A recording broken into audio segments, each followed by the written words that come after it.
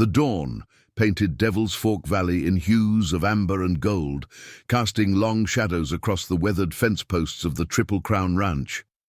Lucy Hawthorne stood on her front porch, her father's old Winchester cradled in her arms as she watched the sun climb over the jagged peaks of the Sangre Cristo Mountains. The crisp Colorado morning carried the scent of pine and sage, along with something else, the distant rumble of approaching riders.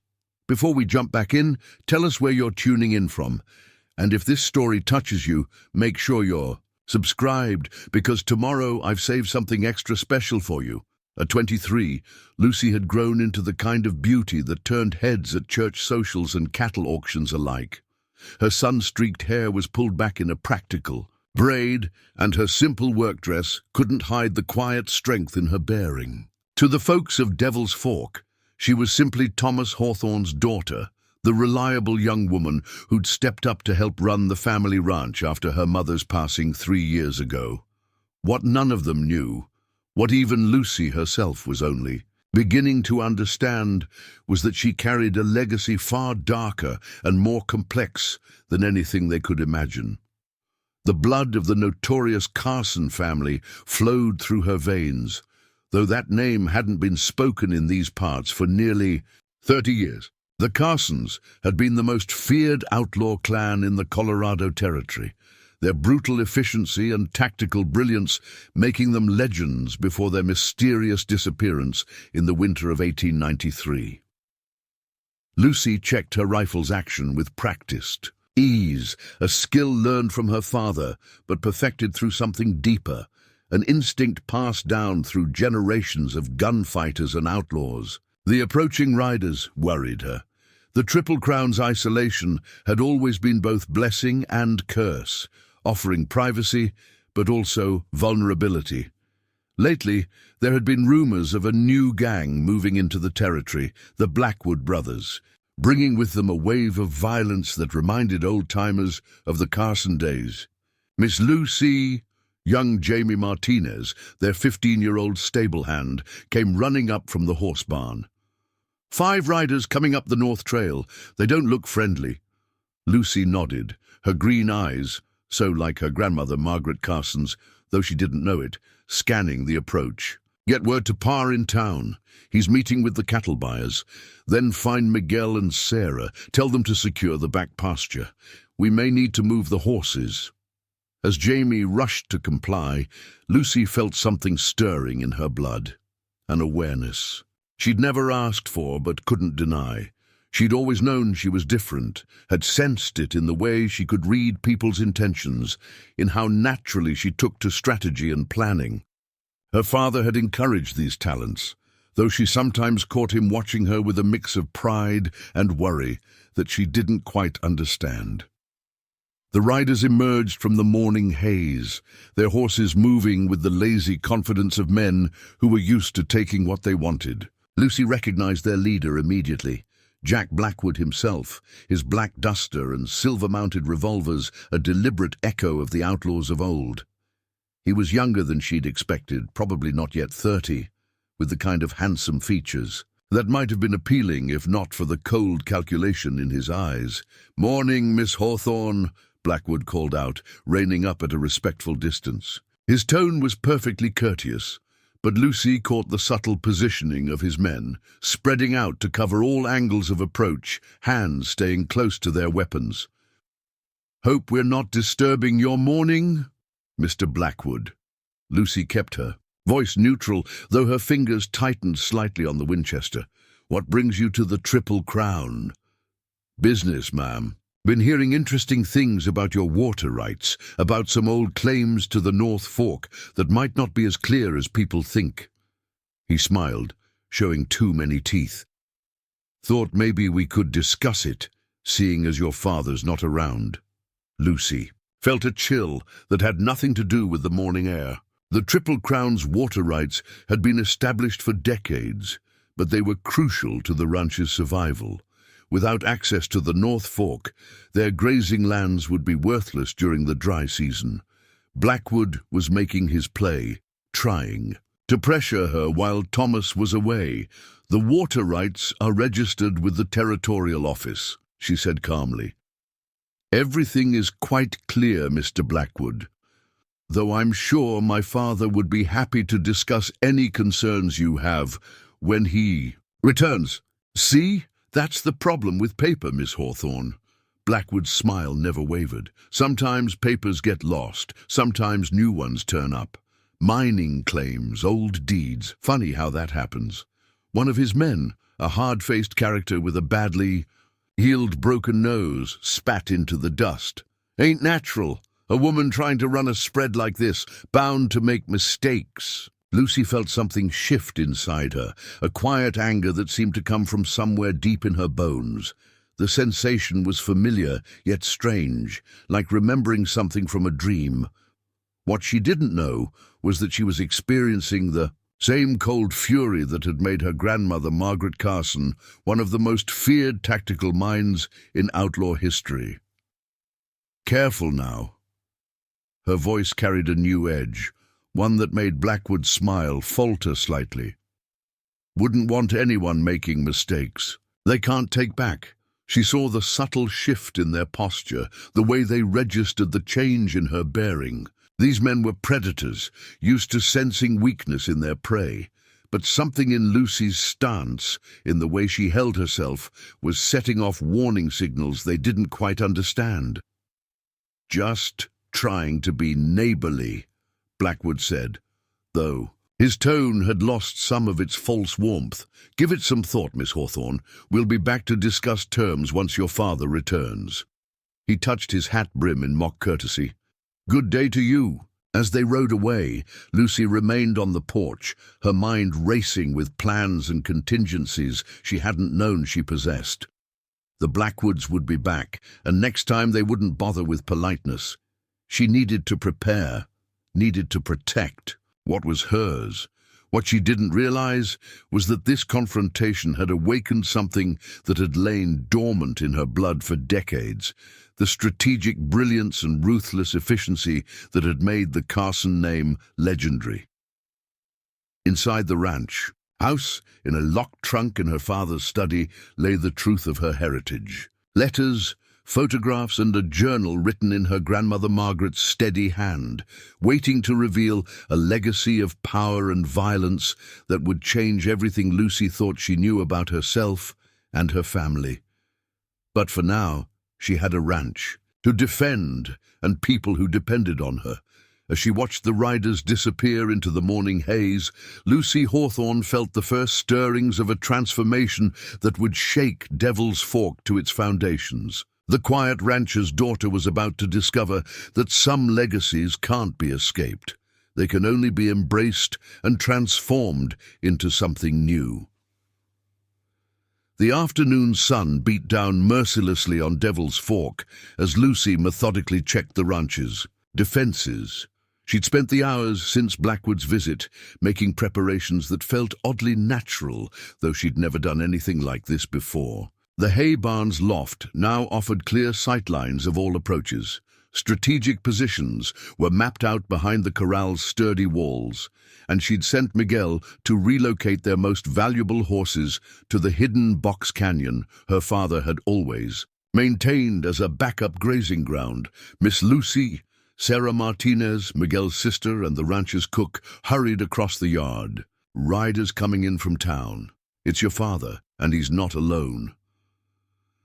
Lucy's keen eyes picked out the dust cloud approaching from the east.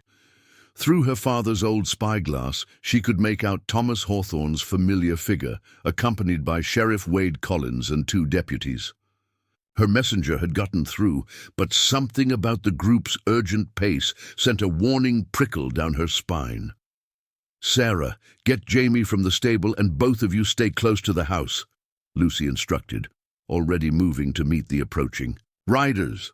The way she naturally took command in a crisis had always surprised people, but lately it felt less like learned behavior and more like an awakening instinct. Thomas Hawthorne dismounted with the fluid grace of a lifelong horseman, his weathered face creased with concern.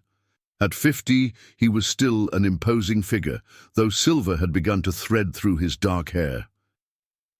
"Lucy, girl, you all right? Jamie told us about Blackwood's visit." "We're fine, Pa," Lucy assured him, noting how Sheriff Collins and his deputies were scanning the surrounding terrain with professional attention. "Though I expect they'll be back. They're after the water rights." "It's worse than that, Sheriff," Collins interrupted grimly. "Just got word from Silver Creek. The Blackwoods hit the Jenkins spread last night, burned them out when old man Jenkins wouldn't sell. Family barely got out alive." Lucy felt that cold anger stirring again, stronger now. "The Jenkins place, that's less than 20 miles from here." "They're working their way through the valley," Thomas confirmed, his voice carrying an edge Lucy had rarely heard before.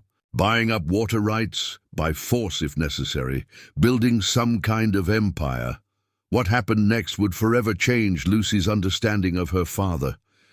Thomas turned to the sheriff with a deliberate calm that reminded Lucy of something she couldn't quite place.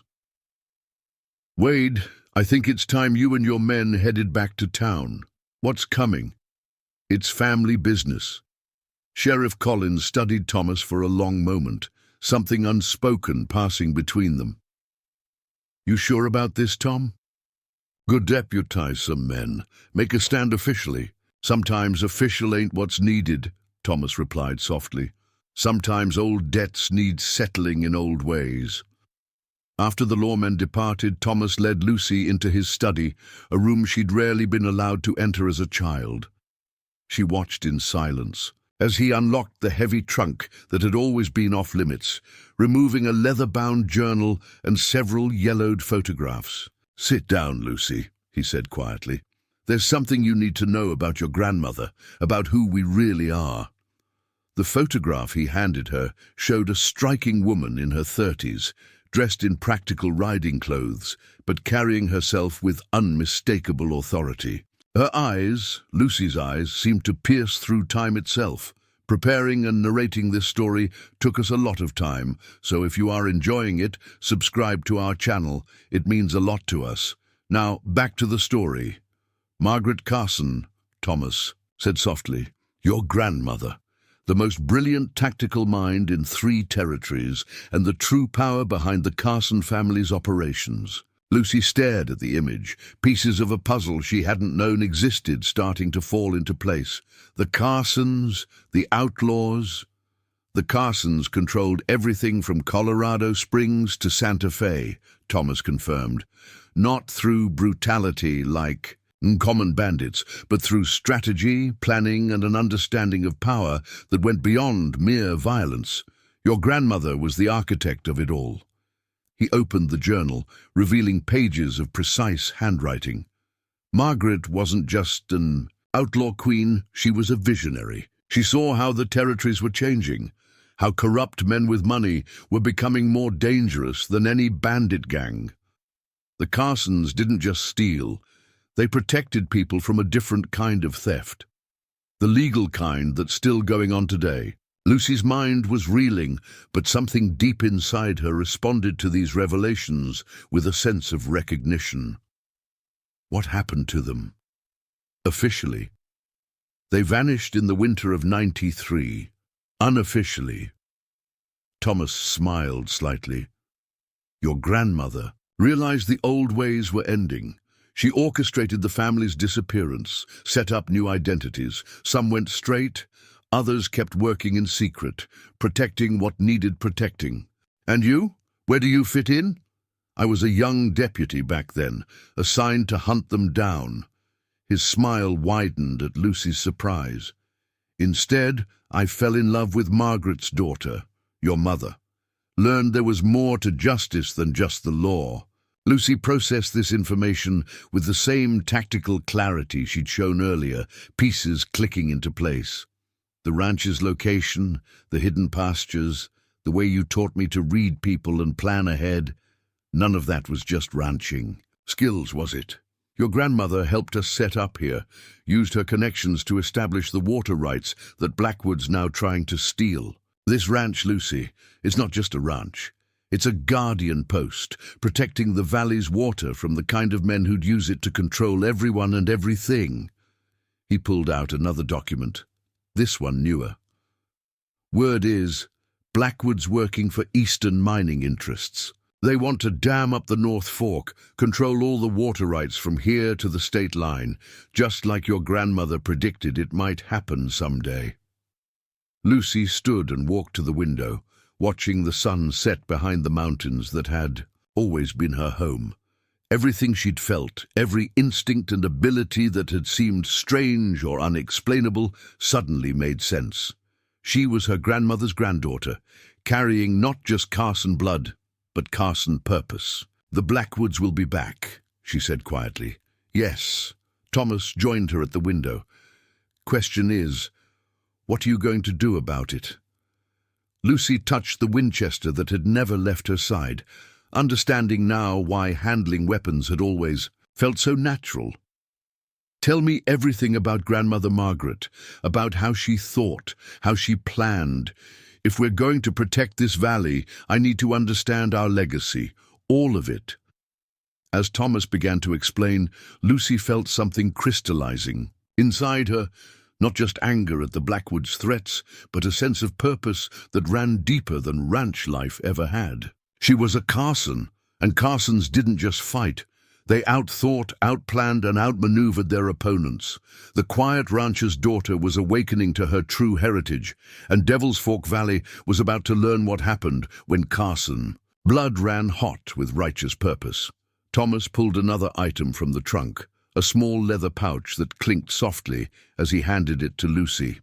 Inside, she found a set of lockpicks and delicate tools she instinctively recognized as safe-cracking equipment, though she'd never seen such things before. "Your grandmother's personal set," Thomas explained.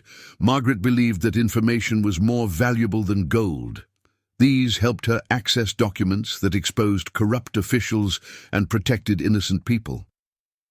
Lucy ran her fingers over the tools, feeling an odd familiarity with their shapes. "The hidden room in the barn, the one you never let anyone enter. That's not just storage, is it?" Thomas smiled. "Go see for yourself. Time you knew everything." The barn's hidden room, accessed through a cleverly concealed door in the tack room, proved to be a carefully maintained arsenal and intelligence center.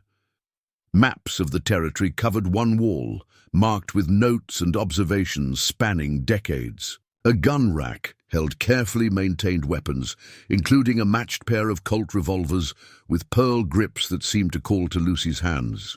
"Margaret's personal sidearms," Thomas confirmed. "She could outshoot any man in the territory, said these guns were balanced perfectly for a woman's grip." But it was the desk that drew Lucy's attention, a heavy oak piece covered in carefully organized documents, land deeds, water rights, property transfers spanning 30 years of territory history. She found herself reading them with unexpected comprehension, understanding the complex web of ownership and power they represented. The Carson network never really died, she realized aloud. It just went quiet, watching, keeping records. "Your grandmother believed that real power wasn't in violence but in knowledge," Thomas agreed. "Knowing who owns what, who owes who, where the money really flows. That's how she protected people from men like Blackwood." Lucy picked up a more recent document, a report on Blackwood's activities that she recognized as Miguel's handwriting. "Our ranch hands, they're part of this. The Martinez family has been with us since your grandmother's time. Their father was one of Margaret's most trusted lieutenants. Miguel and Sarah grew up knowing the truth, waiting for the day they might be needed." A knock at the door made them both turn. Sarah stood there, her usual cheerful demeanor replaced by alert professionalism. "Riders spotted on the South Ridge. Looks like they're watching the ranch, and Miguel's back from town with news. The Blackwoods are gathering men, at least 20 so far." Lucy felt that familiar tactical awareness sharpening. "They'll wait. Dark," she said with certainty.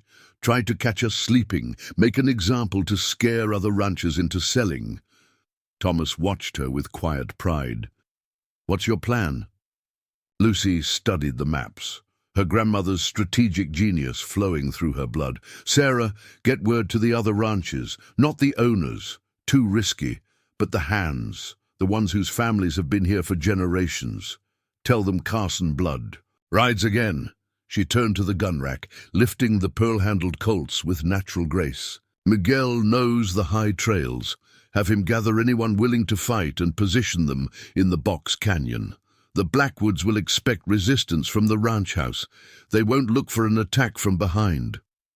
"Using their own tactics against them," Thomas nodded approvingly. "Margaret would be proud." Lucy checked the revolver's actions. Muscle memory she'd never known she had taken over. "Pa, I need you to ride to town.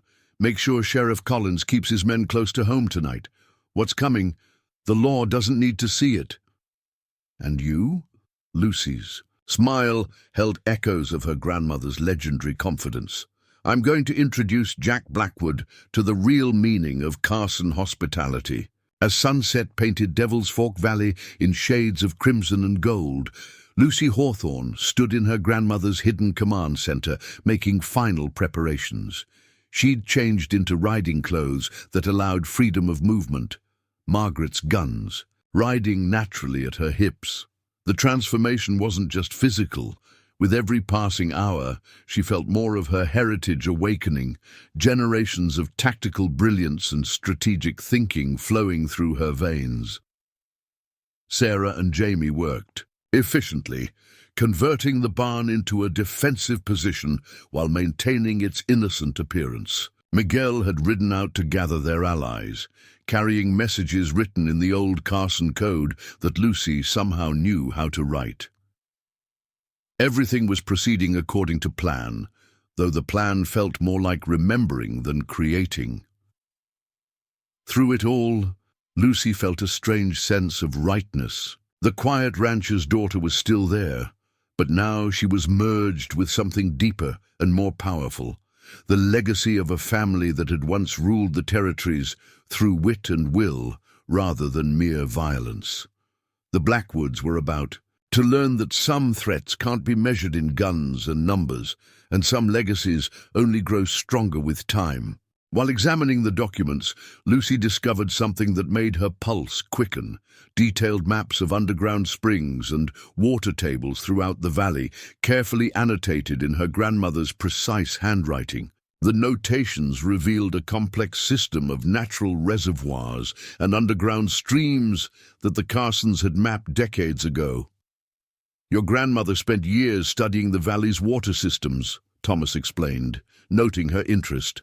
She knew someday men like Blackwood would come, trying to control it all. "These maps show something they don't know. The North Fork isn't the only source of water in Devil's Fork." Lucy traced the hidden waterways with growing excitement. "The Box Canyon where we moved the horses. There's an underground spring system running beneath it, connected to a network of caves that run through half the valley," Thomas confirmed. "The Carsons used them to move undetected, but more importantly, they proved that Blackwood's plans to dam the North Fork won't give him the control he thinks it will." A commotion outside drew their attention. Through the barn window, Lucy spotted Reed Taylor, owner of the neighboring Double R Ranch, riding in at a gallop. His face was bloody, and his horse showed signs of hard riding. "Blackwood's hit my place," Reed gasped as Lucy and Thomas hurried to help him dismount. "Tried to force me to sign over my water rights. When I refused," he gestured to his injuries, "barely got away. They're working faster now, not even pretending to negotiate anymore." Lucy helped Sarah tend to Reed's wounds, while her mind raced with tactical calculations. The Blackwoods' accelerated timeline changed things. They'd have to move faster than planned. "Reed," she said carefully, "how many men did your father ride with back in the Carson days?"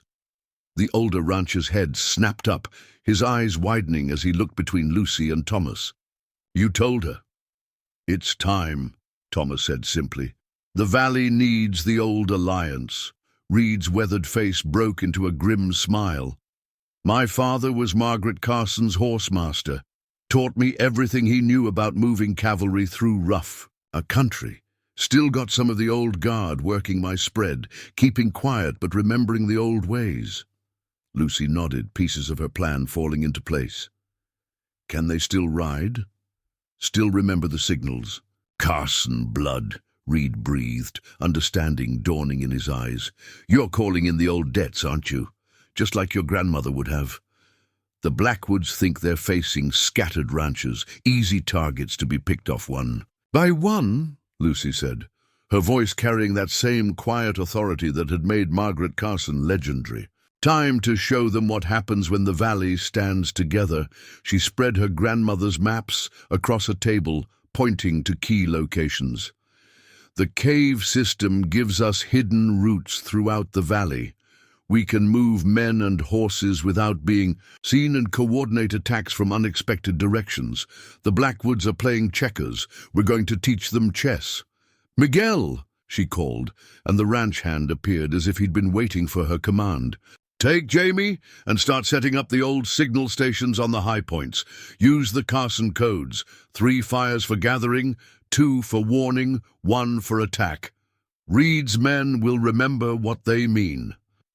Sarah brought coffee and began laying out food, falling naturally into the support role her family had provided for generations. I'll start activating the supply caches, she said quietly. Some of the old hiding spots still have ammunition stored away. As Lucy coordinated the growing resistance, she felt herself settling deeper into her heritage. Each decision, each tactical choice seemed to flow from some deep well of inherited knowledge. The Carson legacy wasn't just about power or control. It was about protecting people, about using strategy and foresight to defeat those who would prey on the vulnerable. Through the window, she watched the sun sinking toward the mountains, painting the valley in deepening shadows. Somewhere out there, Jack Blackwood was gathering his forces, confident in his superior numbers and firepower. He had no idea he was about to face something far more dangerous than armed resistance. He was about to confront a legacy of strategic brilliance that had been waiting 30 years to re-emerge. Lucy touched her grandmother's pearl-handled Colts, feeling their familiar weight at her hips. The quiet rancher's daughter was gone, replaced by something both old and new, a Carson heir coming into her power, ready to show Devil's Fork Valley that some traditions never die. They just wait for the right moment to rise again. Night fell over Devil's Fork Valley like a velvet curtain, bringing with it an electric tension that seemed to charge the very air. Lucy stood in the hidden command center, watching signal fires begin to flicker to life on distant ridges. Each flame represented another piece of her rapidly expanding network. Old Carson allies awakening to her call, positioning themselves. According to plans laid down decades ago, Miguel returned just after midnight, his horse lathered from hard riding. 28 men gathered in the Box Canyon, he reported crisply. All from the old families, all remembering the codes. Reed's people are in position along the high trails, and the Martinez cousins have secured the cave entrances. Lucy studied her grandmother's maps, now marked with fresh notations, showing current positions and planned movements. The Blackwoods had been seen gathering their forces at the abandoned Silver Dollar Mine, about 10 miles north. Their numbers had swelled to nearly 40 riders, but numbers weren't everything, not when you controlled the high ground and knew the territory's secrets. Any word from town? She asked, making subtle adjustments to their defensive positions. Sheriff. Collins has his hands full, Sarah replied, entering with fresh coffee. Someone apparently started a brawl at the Golden Spur Saloon, keeps all the deputies busy in town. Her slight smile suggested the brawl might not have been entirely spontaneous. Lucy nodded approvingly. The fewer lawmen around to witness what was coming, the better. She turned to Jamie, who was practically vibrating with nervous energy. Status of the special preparations? All set, Miss Lucy. Trip lines rigged just like you said. And we got those old Carson traps working again. The ones hidden in the creek bed. Miguel's uncle showed us how to reset them properly. The traps were another piece of her grandmother's legacy, carefully concealed mechanisms that could redirect water flow, turning seemingly solid ground into treacherous mud at a moment's notice. Combined with the trip lines and strategic positioning of her forces, they would help even the odds against Blackwood's superior numbers. A distinctive bird call from outside, 3 quick whistles followed by a long note, brought everyone to attention. One of their scouts had spotted movement. They're moving earlier than expected, Lucy mused, though she'd prepared for this possibility. Blackwood's trying to catch us off guard, using the darkness for cover. She turned to her gathered allies. You all know your positions. Remember, let them think they have the advantage until they're fully committed.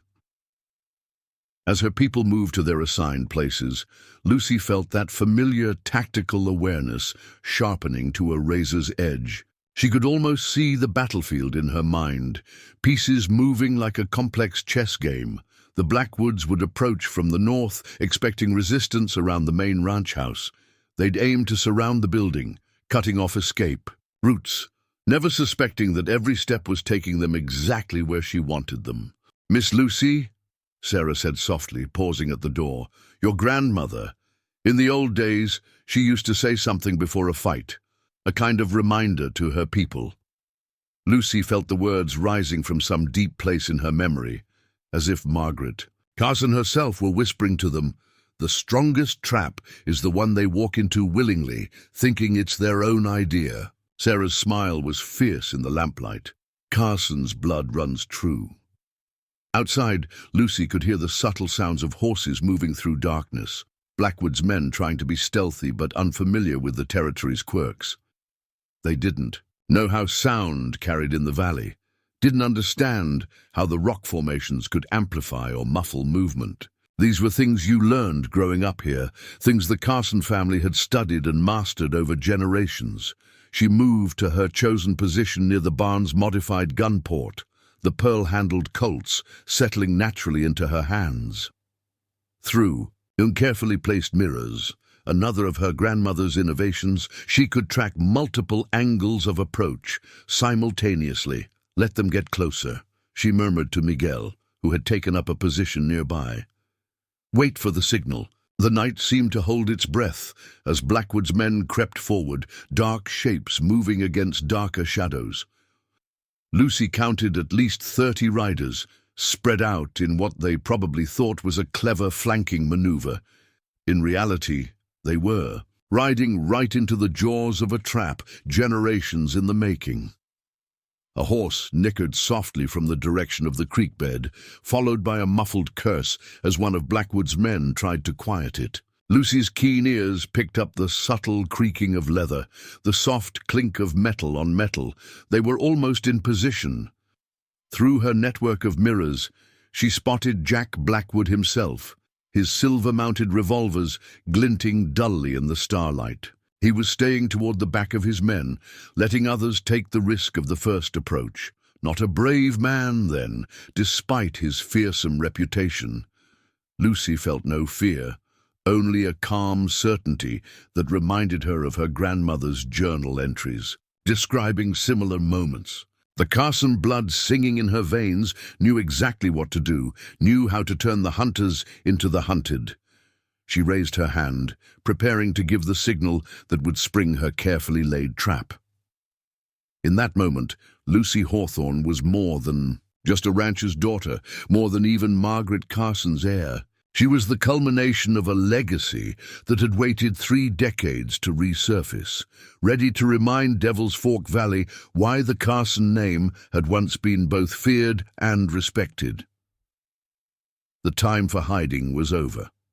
Now it was time to show Jack Blackwood and his men exactly what it meant to threaten someone who carried the strategic genius of the Carson family in her blood. Dawn painted Devil's Fork Valley in shades of promise, the rising sun revealing the subtle signs of the previous nights. Confrontation, Hoofprints marked the earth where Blackwood's men had fled. Empty cartridge cases glinted in the morning light, and the Carson signal fires still smouldered on distant ridges. Beacons of a legacy reborn. Lucy Hawthorne stood on her front porch, watching the valley come alive with renewed purpose. The night's events had transformed more than just her reputation. They had awakened something in the entire community. Old alliances were stirring, dormant networks reactivating as word spread. That Carson blood once again protected the territory. "Ryder coming in," Miguel called from his watchpost, though his tone carried none of the tension it had held the day before. "It's Catherine Wells from the Lazy W." Catherine Wells was exactly the kind of visitor Lucy had been expecting. The wealthy widow had purchased the Lazy W ranch 2 years ago, using Eastern money and connections. Now, she rode up to the Triple Crown with the careful dignity of someone unused to asking for help. "Miss Hawthorne," Catherine began, her cultured accent contrasting with her practical riding clothes. "I wonder if we might discuss a rather delicate matter." Lucy gestured toward the house. "Coffee's fresh, Mrs. Wells. Sarah just pulled a berry pie from the oven, too." Inside, Catherine's careful composure cracked slightly. "I'll be direct. My lawyers have discovered some irregularities in my ranch's deed, specifically regarding water access rights that I was assured were included in the purchase." "Let me guess," Lucy said, pouring coffee with the same steady grace she'd shown handling her grandmother's revolvers. "Your Eastern investors are pressuring you to resolve the issue quickly, perhaps suggesting you work with certain local representatives." Catherine's eyes widened. "How did you—" "The Carson network sees much, Mrs. Wells, including how those same investors have been systematically targeting every independent ranch in 3 territories, using legal pressure and threats to consolidate water rights." Lucy retrieved a document from her grandmother's desk, a carefully preserved original deed showing the true water rights to the Lazy W. Catherine studied it with growing understanding. "This would invalidate their entire claim," she breathed. "But why would you help me?" "Because my grandmother believed that real power lies in protecting people, not exploiting them." Lucy's voice carried that same quiet authority that had faced down Blackwood's gang. "The Carson family didn't just control these territories. We guarded them against the kind of men who would turn water into chains." Throughout the morning, more visitors arrived. Ranchers, merchants, even a railroad surveyor, all drawn by whispered stories of what had happened during the night. Each brought pieces of a larger puzzle. Eastern mining interests working with corrupt officials, land grabs disguised as legal purchases, water rights being consolidated by shadowy corporations. Lucy received them in what had been her grandmother's command center, now transformed into a different kind of headquarters. Sarah and Jamie moved seamlessly through their new roles, managing information and visitors while Miguel coordinated with their growing network of allies. "Words spreading fast," Thomas observed, joining his daughter as she updated Margaret's. "Maps with fresh intelligence, not just about Blackwood's defeat, but about what it means. The Carson name is waking something in people's memories." "Not just memories," Lucy replied, marking another potential trouble spot on the map. "Hope. The same hope grandmother gave people, knowing someone was watching out for more than just profit." Reed Taylor arrived around noon, bringing news from his contacts in other valleys. "Mining companies are pulling back," he reported with satisfaction. "Seems their local representatives suddenly got real nervous about operating in Carson territory." Lucy nodded, unsurprised. She had already dispatched riders carrying copies of Blackwood's incriminating documents to strategic locations. The implied threat was clear: cross the Carsons, and your secrets wouldn't stay secret for long. But it was the arrival of Sheriff Collins that truly marked the changing times. The lawman carried himself with his usual professional dignity, but there was new respect in how he addressed Lucy. "Got a situation, Miss Hawthorne," he said without preamble. "Land office in Denver's been investigating some suspicious claims. Judge Parker suggested I might want to consult with local expertise." Lucy's smile held echoes of her grandmother's tactical genius. "The Carson archives do contain considerable historical documentation, Sheriff. Perhaps we could help clarify certain matters of record." The old alliance between law and shadow power was reforming, adapting to new times and challenges. Lucy found herself stepping naturally into a role that combined her father's commitment to justice with her grandmother's strategic brilliance. As afternoon turned to evening, Lucy stood in her grandmother's hidden study, adding her own notes to Margaret's. Journals. The Carson legacy was evolving, transforming from a memory of outlaw glory into something more vital, a force for protecting those who needed protection, fighting corruption with both legal means and shadowy strategies. A knock at the door revealed Sarah carrying fresh coffee and a concerned expression. "Telegram from Silver Creek," she reported. "Eastern mining interests are pressuring small ranches there. Same pattern we saw here." Lucy studied her grandmother's maps, seeing not just geography, but possibilities. "Send word to our people. The Carson network is expanding its territory. Just like your grandmother would have done," Thomas said proudly from the doorway. "No," Lucy corrected gently. "Grandmother built her power in shadow because she had to. We have a chance to do something different, to stand in the light while keeping the old skills sharp." She touched the pearl-handled Colts at her hips, feeling the weight of both past and future. The quiet rancher's daughter hadn't disappeared. She had evolved into something unique, a protector who could work in both daylight and shadow, using Carson cunning to defend honest people. "Miguel," she called out, already formulating plans, "we'll need to establish new signal stations in the Silver Creek Range. And Sarah, contact Catherine Wells. Her eastern connections might prove useful in understanding what we're facing." The sun set over Devil's Fork Valley, painting the sky in colors that seemed to echo the transformative events of the past day. Lucy Hawthorne stood at her window, watching nightfall over the territory she had inherited in more ways than one. The Carson legacy lived again, but reshaped by new purpose and understanding. In the distance, a single signal fire flickered to life. Not a warning this time, but a message of hope. Carson blood still rode these lands, still stood against those who would exploit the weak. But now it did so with a wisdom tempered by time, combining the best of shadow and light into something powerful and new. 3 weeks after Blackwood's defeat, Devil's Fork Valley had settled into a new rhythm. The Triple Crown Ranch maintained its facade of simple ranching operations, but beneath that peaceful surface, Lucy Hawthorne was orchestrating something revolutionary.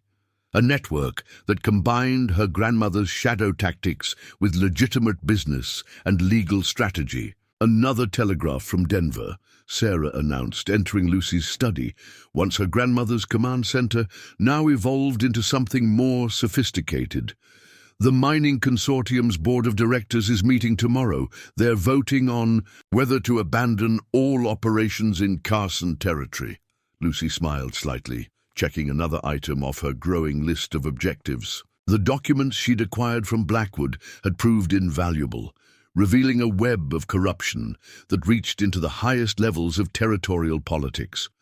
Rather than expose everything at once, she'd been strategically releasing information, using the threat of exposure to reshape the political landscape.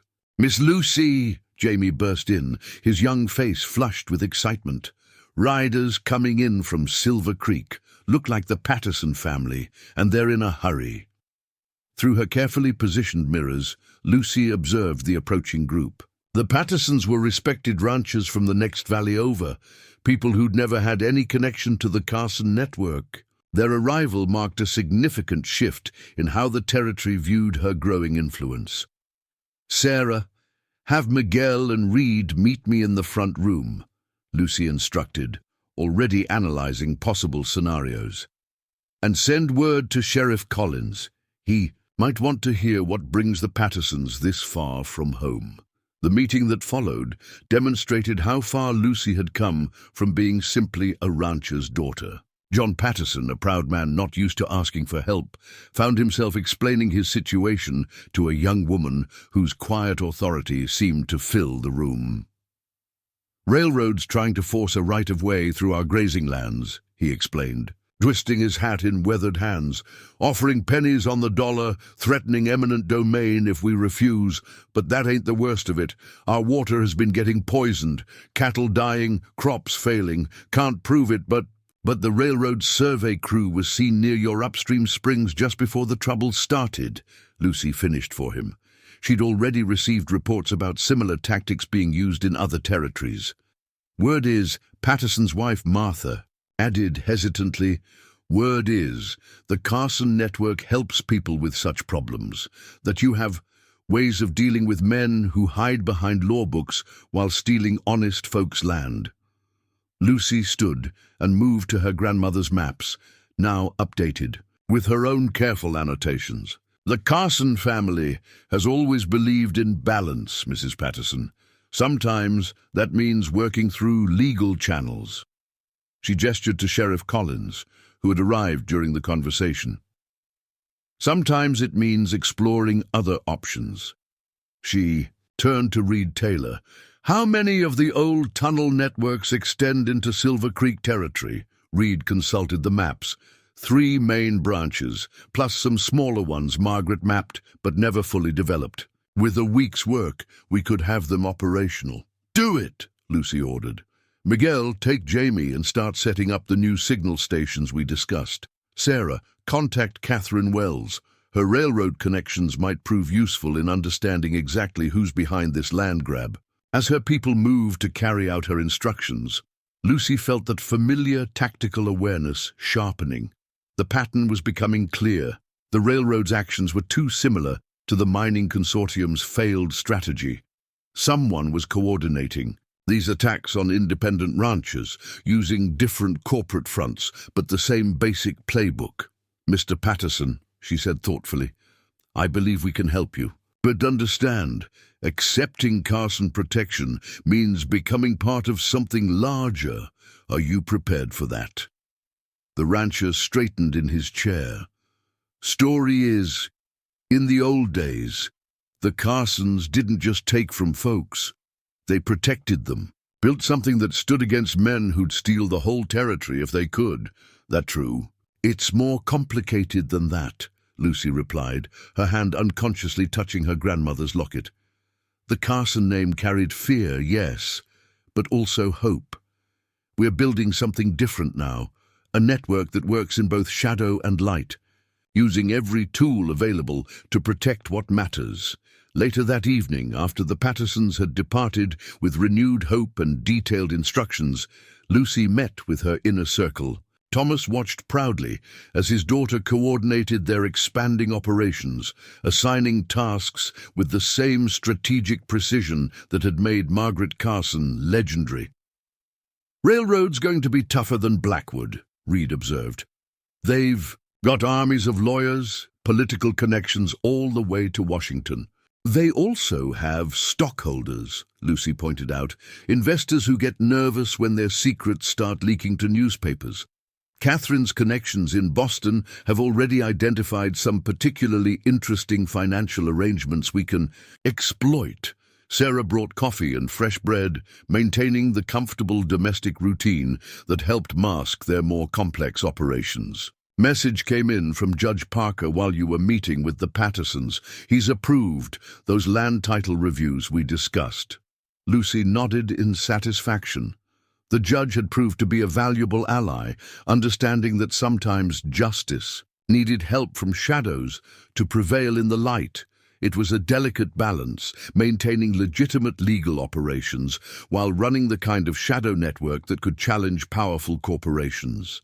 "Miguel reports the new signal stations.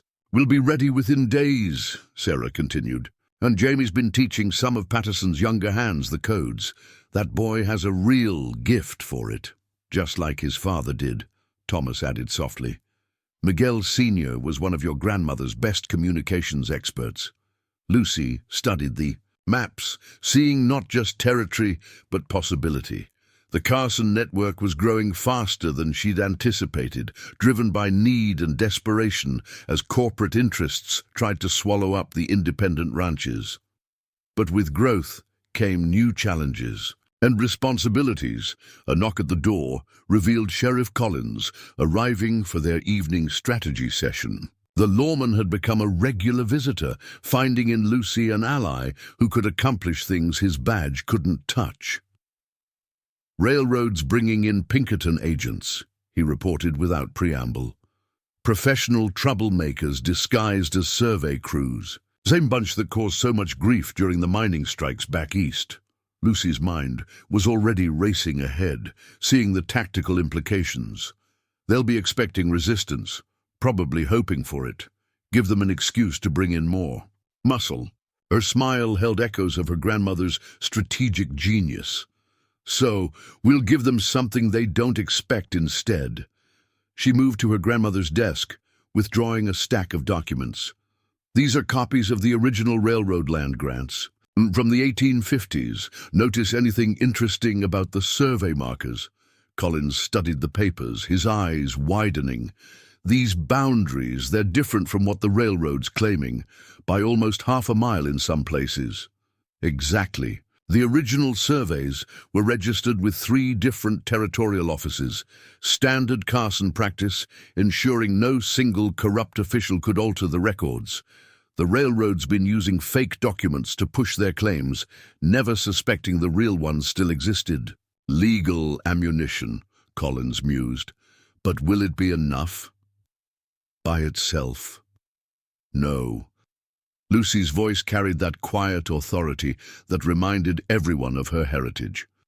But combined with what Catherine's sources have uncovered about certain railroad directors, financial irregularities, and what our network has observed about their survey crew's actual activities.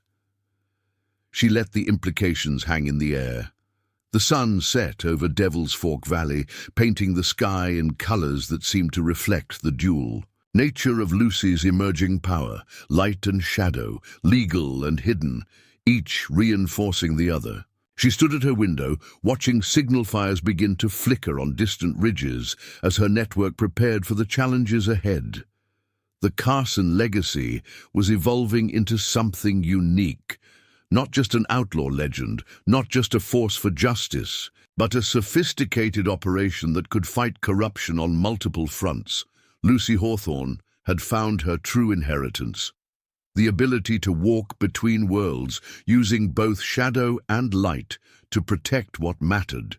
As night settled over the valley, Lucy's tactical mind was already formulating the next phase of their operation. The railroad's involvement had raised the stakes considerably, but it had also created new opportunities. She spread a fresh map across her grandmother's desk, this one showing railroad holdings across 3 territories. Look here, she pointed out to Sheriff Collins. Every major water source they're claiming runs through land that used to have Carson connections. That's not a coincidence. Your grandmother planned for this? Collins asked, studying the intricate pattern of ownership and water rights. She saw it coming decades ago, Thomas explained, pride evident in his voice. The big Eastern money would eventually push west, trying to control everything. Margaret spent years preparing defensive positions, legal, tactical, and otherwise. Lucy traced a line across the map. The railroad thinks they're following the path of least resistance, buying up or forcing out small ranchers one by one, but they're actually moving exactly where grandmother wanted them to. A knock at the door revealed Catherine Wells, arriving for their evening strategy session. The refined widow had proven to be an invaluable ally, her Eastern connections providing intelligence that even the Carson network couldn't easily access. The railroad's board is more divided than they appear, Catherine reported, accepting coffee from Sarah. Several major stockholders are uncomfortable with the aggressive tactics being used out here. They're worried about public opinion back east, Lucy nodded thoughtfully. And how are our careful leaks to Boston newspapers being received? The stories about water rights being stolen from honest ranchers? They're causing quite a stir. Several church groups are particularly outraged about the treatment of families who've worked these lands for generations. This was part of Lucy's new strategy, fighting not just with guns and shadows, but with public opinion and social pressure. The Carson name had once inspired fear. Now she was using it to inspire support for a just cause. Miguel spotted something interesting near Patterson's place, Reed added, joining the conversation. Those Pinkerton men, they're setting up more than just survey markers. Looks like they're preparing demolition sites. Lucy's eyes narrowed. They're planning to force the issue, create accidents that will drive ranchers off their land. She turned to Sheriff Collins. How would the territorial governor react to proof of Pinkerton agents plotting deliberate destruction of private property? With the right evidence? He'd have to act, especially with all the public attention these land disputes are getting. Then, we'll give him evidence he can't ignore. Lucy moved to her grandmother's gun cabinet, withdrawing not weapons, but a sophisticated camera, another piece of Margaret Carson's forward-thinking legacy. Jamie's been learning photography. Time to put those skills to use. The plan came together with the precise elegance that had made the Carson name legendary. Jamie and Miguel would document the Pinkertons' activities using the camera's powerful lens. Catherine's Eastern contacts would ensure the photographs reached sympathetic newspapers. Meanwhile, the Carson network would quietly reinforce vulnerable ranches, using the old tunnel systems to move men and supplies undetected. There's something else, Sarah interjected, her expression troubled. Word from our friends in Denver. The railroads hired Marcus Cross. A tense silence fell over the room. Cross was infamous, a former Army scout turned corporate enforcer known for solving problems with brutal efficiency. He had a particular talent for making opponents disappear while maintaining legal deniability. Now, that's interesting, Lucy mused, her tactical mind already adapting to this new factor. Cross was in Texas during the Carson days. He's one of the few people alive who might recognize some of grandmother's strategies. That makes him dangerous, Thomas warned. It makes him predictable, Lucy corrected. He'll be looking for Carson. Tactics, expecting us to operate like grandmother did. So we'll give him exactly what he expects, while doing something completely different. She turned to Catherine. How quickly can you get a message to your contacts at the Boston Herald, Lydia? After tomorrow at the latest, what do you have in mind? Lucy's smile held echoes of her grandmother's strategic brilliance. Cross expects shadows and secrecy. Instead, we're going to shine the brightest light possible on everything he does. Every move he makes, every threat he delivers, every accident he arranges, all of it documented and published where the railroad stockholders can't ignore it. Fighting from the shadows with light itself, Collins observed appreciatively. Your grandmother would be proud. Grandmother fought the way she had to in her time, Lucy replied softly. But times change. The Carson legacy has to change with them. As her allies departed into the night, each carrying their part of the expanding plan, Lucy stood at her window, watching the signal fires flicker on distant ridges. The Carson network was growing into something her grandmother could never have imagined. A force that could operate in both light and shadow, using every tool from legal documents to hidden tunnels, from newspaper stories to strategic secrets. She touched the pearl-handled Colts at her hips, feeling the weight of both past and future. The quiet rancher's daughter had become something unique in the territory's history. A protector who could fight corruption with its own weapons while never losing sight of the honest people who needed defending. Miguel appeared at the door, his expression urgent. Rider coming in fast from Silver Creek, looks like one of Patterson's boys. Lucy was already moving, her mind shifting smoothly into tactical mode. Whatever news was coming, whatever challenges lay ahead, she was ready. The Carson blood sang in her veins, but it sang a new song now, one of justice and protection, of shadow and light combined in service of something greater than mere power or legend. Patterson's young rider brought news that changed everything. Marcus Cross hadn't wasted any time. He'd arrived in Silver Creek with a force of 30 men, all former military or experienced mercenaries. But it wasn't their numbers that concerned Lucy most. It was their first action. "They've taken control of the telegraph office," the exhausted rider reported. "Cut off all communication except what they approve, and they're watching the mail stage too." Lucy's tactical mind immediately grasped the implications. Cross wasn't just trying to isolate Silver Creek physically.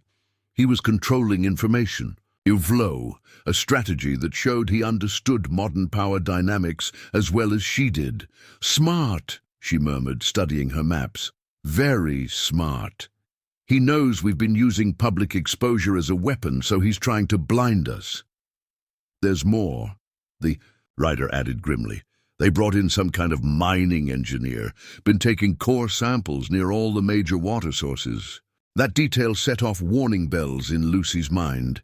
She pulled out one of her grandmother's older journals, quickly finding the entry she remembered. "Sarah, get me those geological surveys from the territorial office, the ones Catherine's contact. Copied for us." As Sarah hurried to comply, Lucy explained to her gathered allies, "Grandmother wrote about this. It's an old trick some mining companies used back in her day. They deliberately contaminate water sources with specific minerals, making it look like natural seepage, give them an excuse to condemn the land. And with control of communications," Thomas added grimly, "they can make sure their version of events is the only one that reaches Denver." Lucy's response was interrupted by another arrival, Sheriff Collins, riding hard from town. "Telegraph from Judge Parker," he announced without preamble.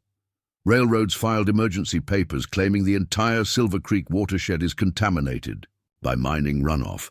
They're requesting immediate federal intervention."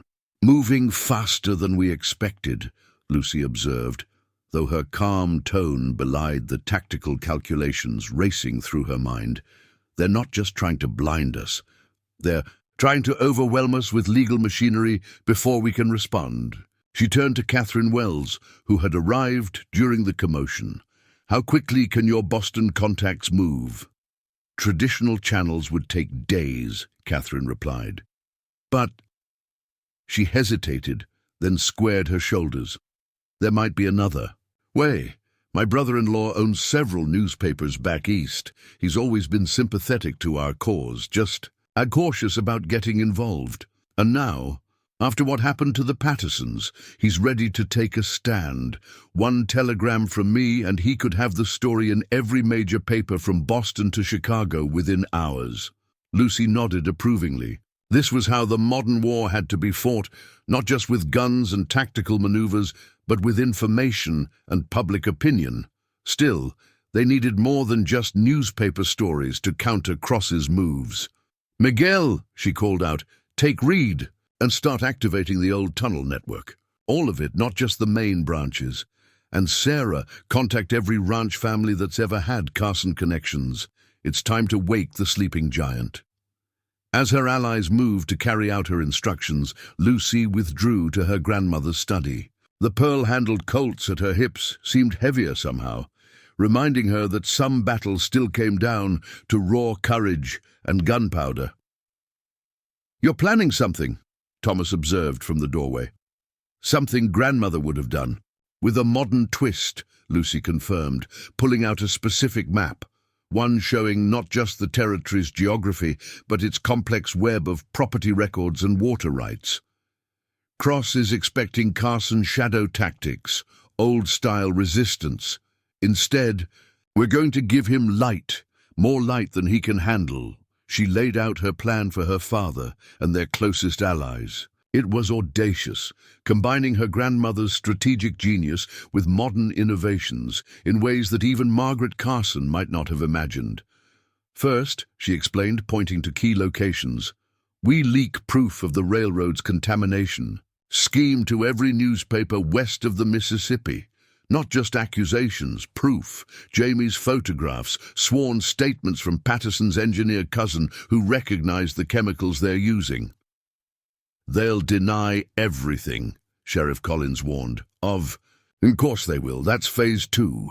Lucy's smile held echoes of her grandmother's tactical brilliance. While they're busy defending themselves publicly, our people use the tunnel network to gather water samples, lots of them from every spring and stream in the valley. But we don't just test them ourselves. The university, Catherine breathed. Catching on. My brother-in-law's connections include several prominent geology professors, independent experts whose testimony would be impossible to dismiss. Exactly. But that's just the surface operation. While all this is legitimate, public activity is happening. Lucy turned to Miguel. How many of the old Carson riders still live within 2 days' hard ride? Dozens, Miguel replied. Men who rode with your grandmother and their sons who grew up on the stories. One word from you, and they'll come.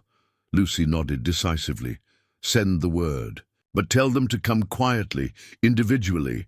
No groups large enough to attract attention. We'll need them for phase 3. Which is, Thomas prompted, a lesson my grandmother taught. When the enemy expects you to strike from the shadows sometimes. The boldest move is to step into the light. She spread out another map, this one showing the railroad's planned route through the territory.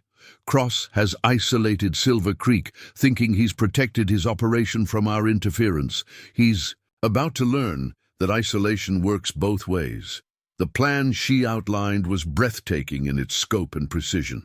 While the public battle raged in newspapers and legal offices, while independent experts exposed the railroad's contamination scheme, the Carson network would mobilize in ways Cross couldn't possibly anticipate.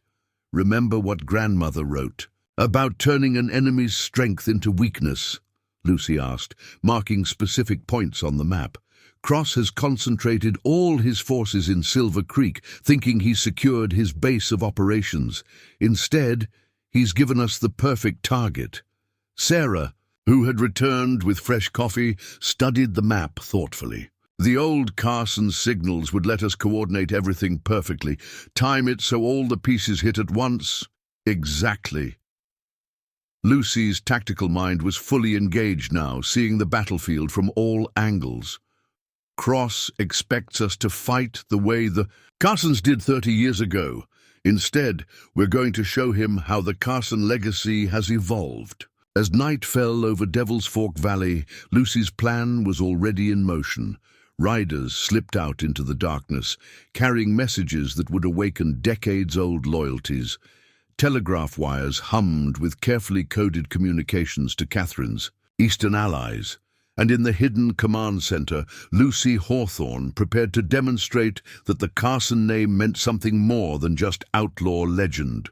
It meant justice served through both shadow and light, modern innovation and timeless. Strategy combined, Cross had made a critical mistake. He thought he was facing either legal opposition or outlaw resistance. He was about to discover what happened when both forces worked together, guided by a woman who had inherited not just Carson blood, but the wisdom to use it in revolutionary ways. There's something else, Jamie interrupted, rushing into the command center. Just developed these photographs from the Silver Creek operation. He spread several images across the desk, his hands still stained with chemical development. Lucy studied the pictures intently. Jamie had managed to capture more than just the Pinkerton agents at work.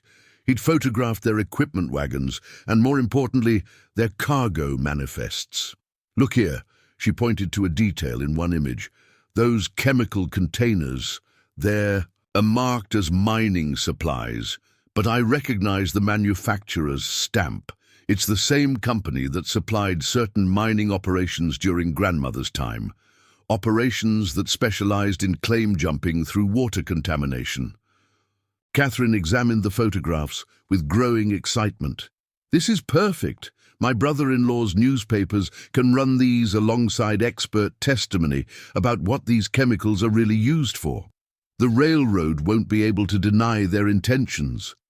But there's more, Lucy continued, her tactical mind seeing deeper patterns. These supply manifests show everything coming from a single source, the Western Chemical Company, and according to grandmother's records, she pulled out an old leather ledger. Western Chemical was secretly owned by the same mining interests that tried to take over the territory 30 years ago.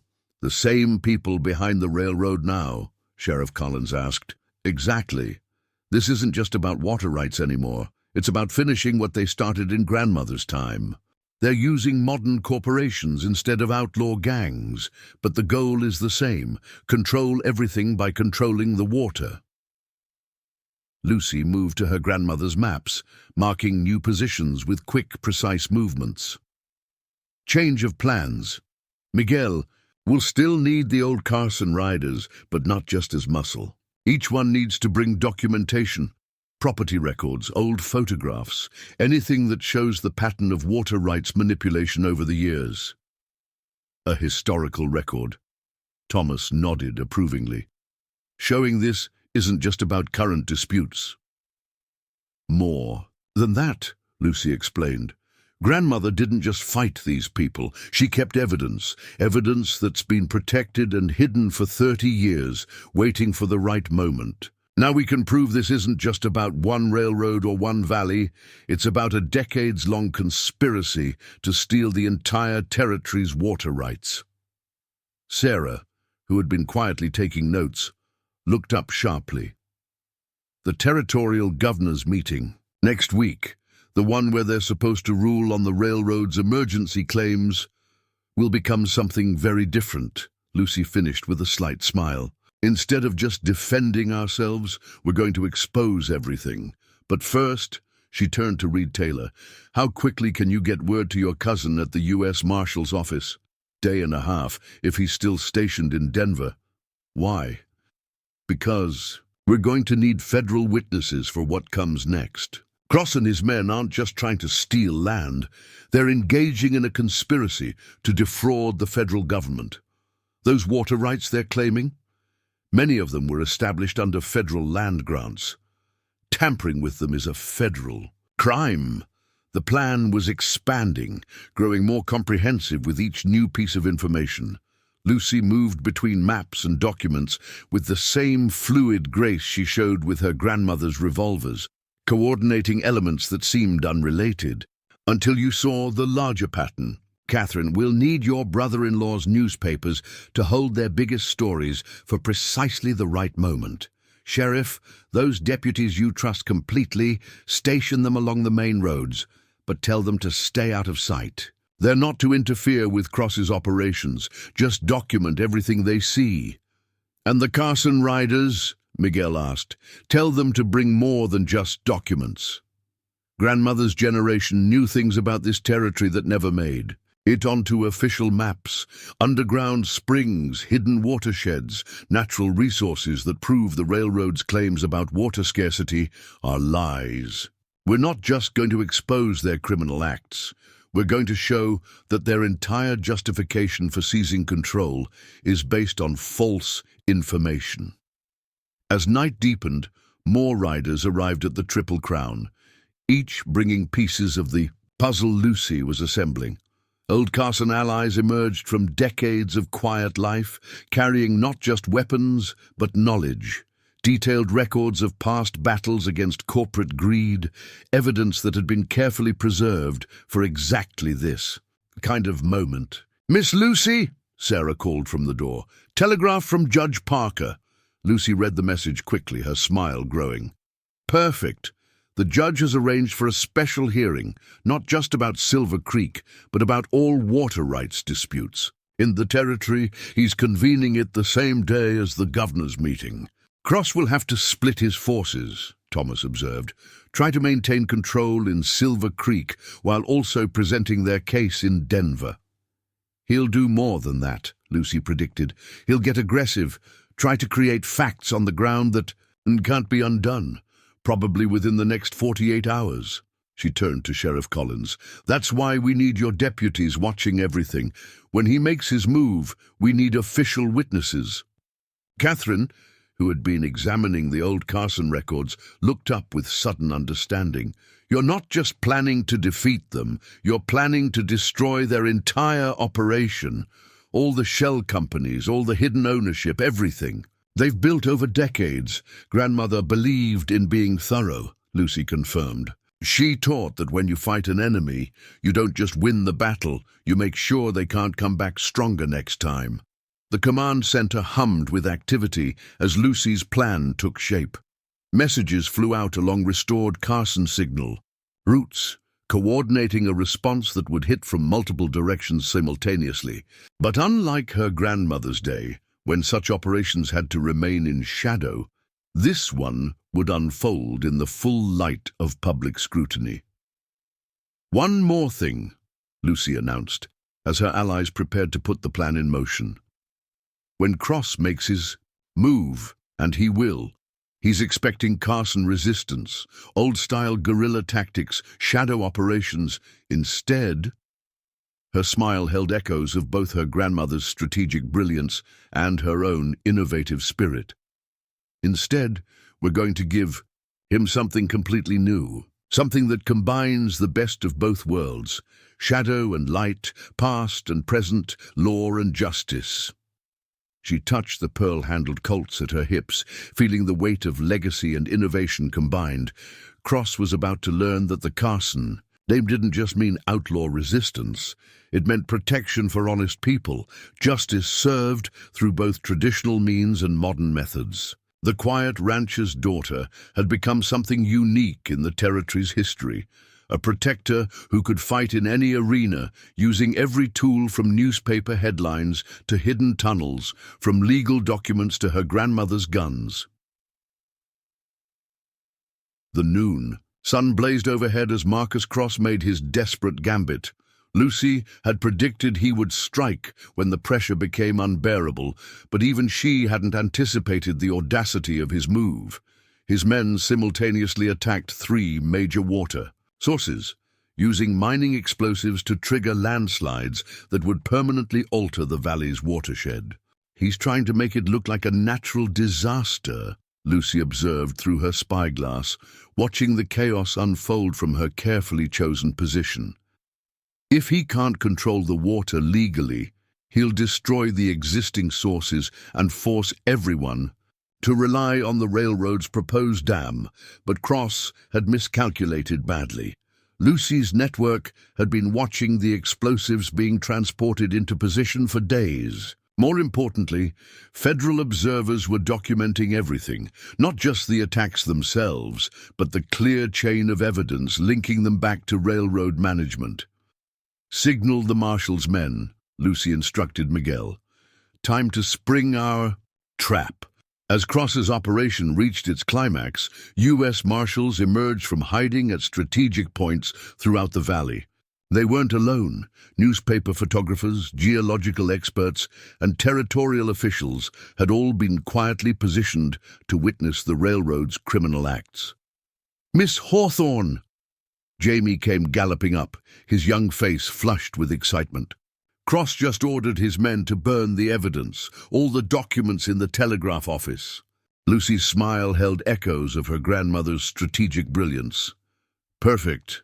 Sarah Martinez stepped out of the telegraph office's back room, carrying several leather portfolios. Got everything hours ago while they were busy watching. The front door, the old Carson tunnel entrance behind the stove, still works perfectly. The documents Sarah had retrieved would prove crucial. Internal communications showing the railroad's entire conspiracy. But Lucy's masterstroke was still to come. "Catherine," she called to Mrs. Wells, who was coordinating with her eastern contacts. "Send the signal to your brother-in-law. It's time for the newspapers to reveal everything." Within hours, telegraph wires across the country hummed with explosive revelations. The railroad's water rights conspiracy wasn't just exposed in silver. Greek Similar operations were being unveiled simultaneously in 3 other territories. Lucy's network had coordinated with reform-minded journalists and officials across the West, creating a wave of exposure that no amount of corporate power could suppress. Cross, watching his carefully constructed operation crumble, made one final, desperate move. He led his most hardened men toward the Triple Crown Ranch, apparently hoping to either silence Lucy or take her hostage. "He's coming," Miguel reported from his observation post. "About 15 riders moving fast." Lucy checked her grandmother's pearl-handled Colts with practiced ease. "Right into position. Signal Reed's men. Execute the containment plan." What Cross didn't realize was that his direct approach was exactly what Lucy had planned for. Her grandmother's journals had been very specific about handling desperate men. Give them an obvious target, then spring the trap when they're fully committed. As Cross and his men thundered toward the ranch, hidden barriers suddenly emerged from carefully concealed positions. Cattle gates slammed shut, pre-positioned wagons rolled into place and mounted. Riders appeared on every ridge. The attacking force found itself boxed into a natural amphitheater that Lucy had prepared days ago. "That's far enough, Mr. Cross," Lucy called out, her voice carrying clearly in the sudden silence. She stood on her front porch, projecting the same quiet authority that had made her grandmother legendary. "Though I should thank you. You've given us quite a dramatic finale for tomorrow's newspapers." Cross reined his horse to a stop, finally, recognizing the full scope of his defeat. Not only was he surrounded by armed riders, but photographers and witnesses positioned on the ridgelines were documenting everything. "You played me," he said, a hint of admiration creeping into his voice. "Used my expectations against me. I was looking for Carson's shadow tactics. While I fought you in broad daylight," Lucy finished, "sometimes the best place to hide is in plain sight. My grandmother taught that lesson, though few understood it." Speaking of understanding, Sheriff Collins rode forward with his deputies. "I've got some federal warrants here that you might want to examine. Seems attempting to destroy natural water sources is taken pretty seriously in Washington." The arrest of Marcus Cross and his top lieutenants was almost anticlimactic. Lucy had orchestrated events so carefully that resistance was futile. Every escape route blocked, every potential ally exposed or neutralized. But the true victory wasn't just in capturing one group of corrupt operators.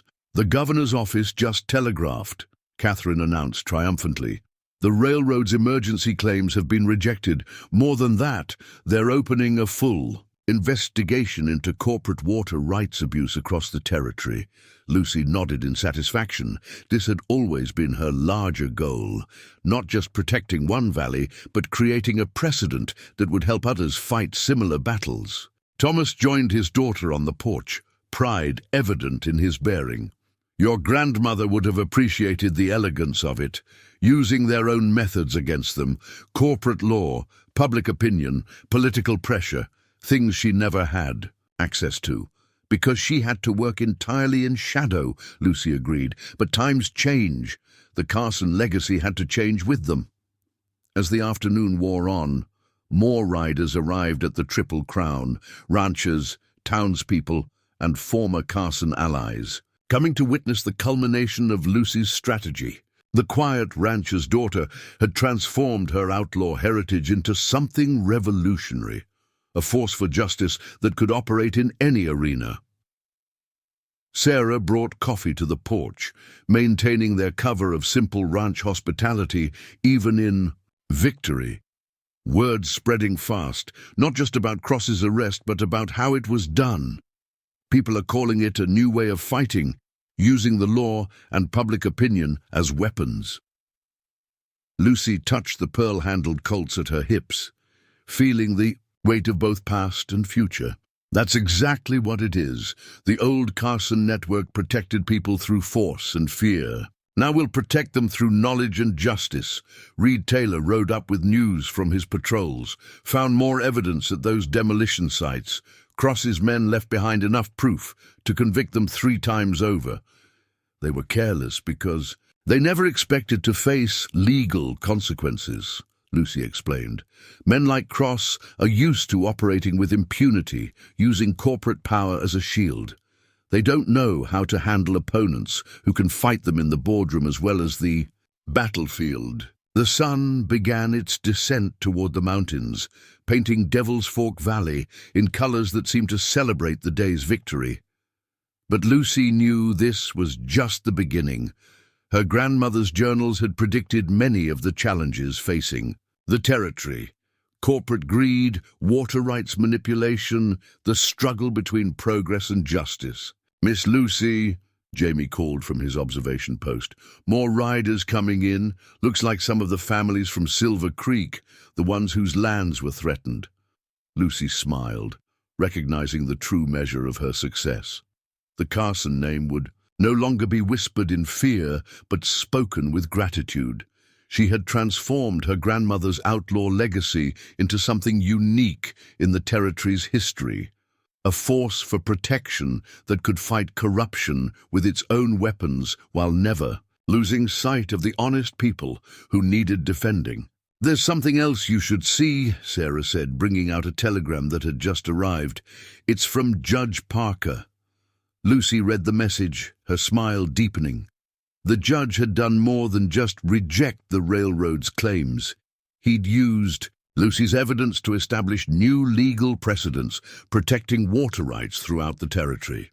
Future corporate attempts to monopolize water sources would face significant legal hurdles. He's cited grandmother's original documentation, Lucy noted with appreciation. Those property records she preserved for 30 years just helped create territorial law. Catherine Wells, reviewing similar messages from her Eastern contacts, looked up with excitement. "It's not just here. Newspapers in Chicago and New York are calling for congressional investigations into corporate water rights abuse nationwide. You've started something much bigger than Silver Creek." "That was always grandmother's dream," Thomas observed. "Not just protecting one territory, but changing how the whole system works." Lucy moved to her grandmother's desk, running her fingers over the worn leather of Margaret Carson's journal. She knew force alone wasn't enough. That's why she kept such detailed records, preserved evidence of every corrupt deal and stolen claim. She was building a foundation for exactly this kind of fight. The sound of approaching horses drew their attention. Through her network of mirrors, Lucy watched as more families arrived from Silver Creek, ranchers, merchants, and farmers whose lands and livelihoods had been threatened by the railroad schemes. Among them was old Jake Patterson, one of the Pie's territory's most respected ranchers.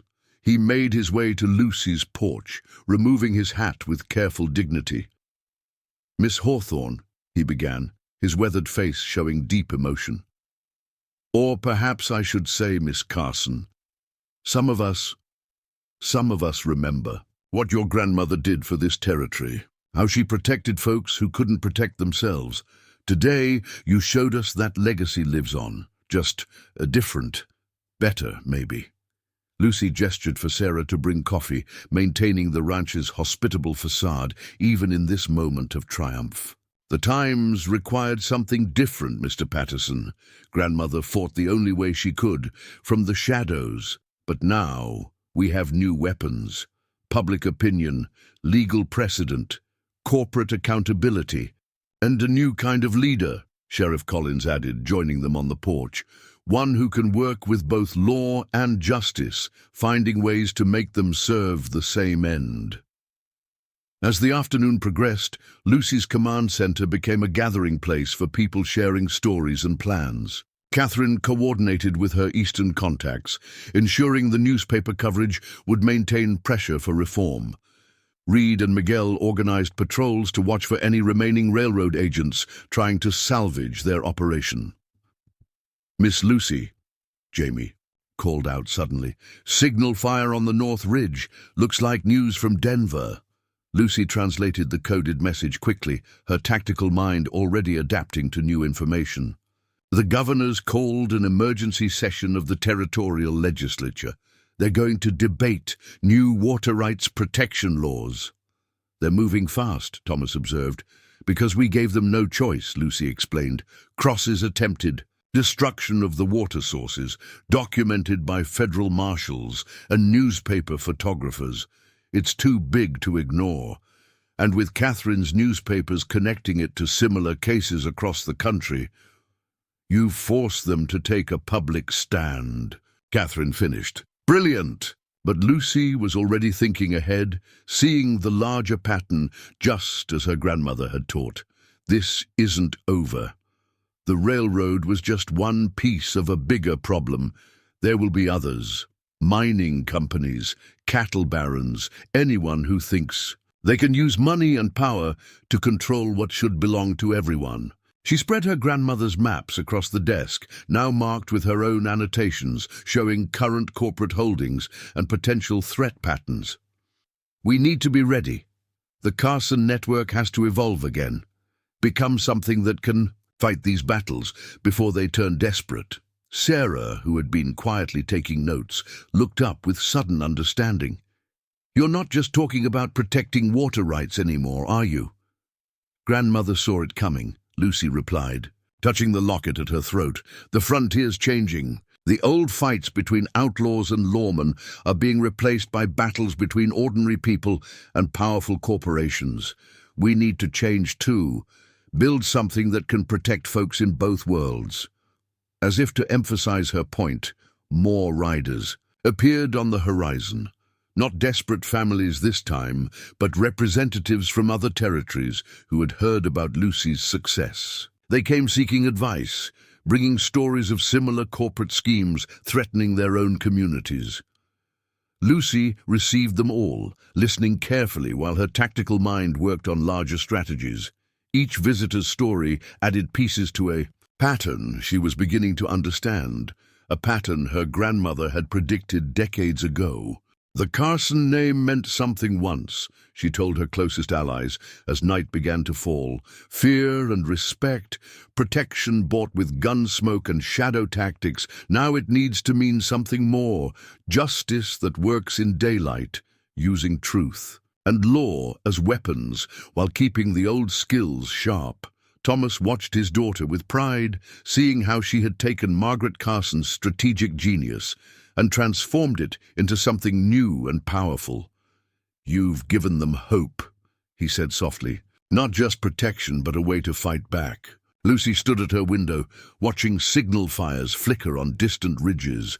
Not warnings now, but beacons of communication as her expanded network coordinated across growing territories. The quiet rancher's daughter had become something unique. A protector who could fight corruption with its own weapons, while never losing sight of the honest people who needed defending. And this was just the beginning. Cross's defeat and the railroad's exposure had demonstrated what was possible when shadow tactics and public justice worked together.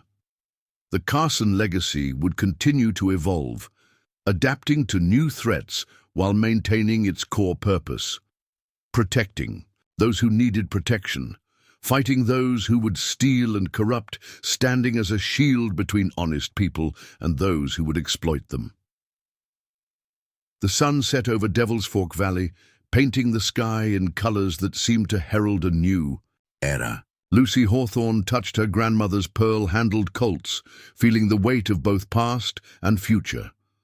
The Carson name was rising again, not as an outlaw legend but as something more powerful, a force for justice that could work in any arena, fight any enemy, and protect what truly mattered. A month after Cross's defeat, Devil's Fork Valley had transformed in ways both subtle and profound. The Triple Crown Ranch still stood as a working cattle operation, but it had become something more, a center of power that combined the best of old and new ways. Lucy Hawthorne sat in what had once been her grandmother's hidden command center, now evolved into a sophisticated operation that would have amazed even Margaret Carson. Maps covered the walls, showing not just geographical features, but corporate holdings, political connections, and potential trouble spots across 3 territories. Another telegraph from Judge Parker, Sarah announced, entering with fresh coffee. The territorial legislature just passed those water rights protection laws you helped draft. They're calling it the Carson Act. Lucy allowed herself a small smile, appreciating the irony. Her grandmother's name, once associated with outlaw power, was now attached to legislation protecting honest people from corporate raiders. "Miss Lucy," Jamie burst in, his young face excited. "Riders coming in from Wyoming territory. Looks important. They're flying urgent colors." Through her network of mirrors, Lucy observed the approaching group. Their manner of dress and the quality of their horses suggested ranchers, but their organized formation hinted at military background. "Interesting." "Miguel," she called out, "get word to Sheriff Collins. And Sarah, have Catherine join us if she's available." The meeting that followed demonstrated how far Lucy's influence had spread. The Wyoming ranchers represented a coalition of small landowners facing a familiar threat: corporate interests trying to monopolize water rights through quasi-legal means. "We heard about what you did here," their leader, a weathered man named Harass, explained. "How you beat the railroad at their own game, using both law and other methods." Lucy studied them carefully, her tactical mind assessing potential. Allies, just as her grandmother had taught. "The Carson network operates differently now, Mr. Harrison. We believe in working through legal channels whenever possible." "But you maintain other options," Harrison pressed. "When the law alone isn't enough.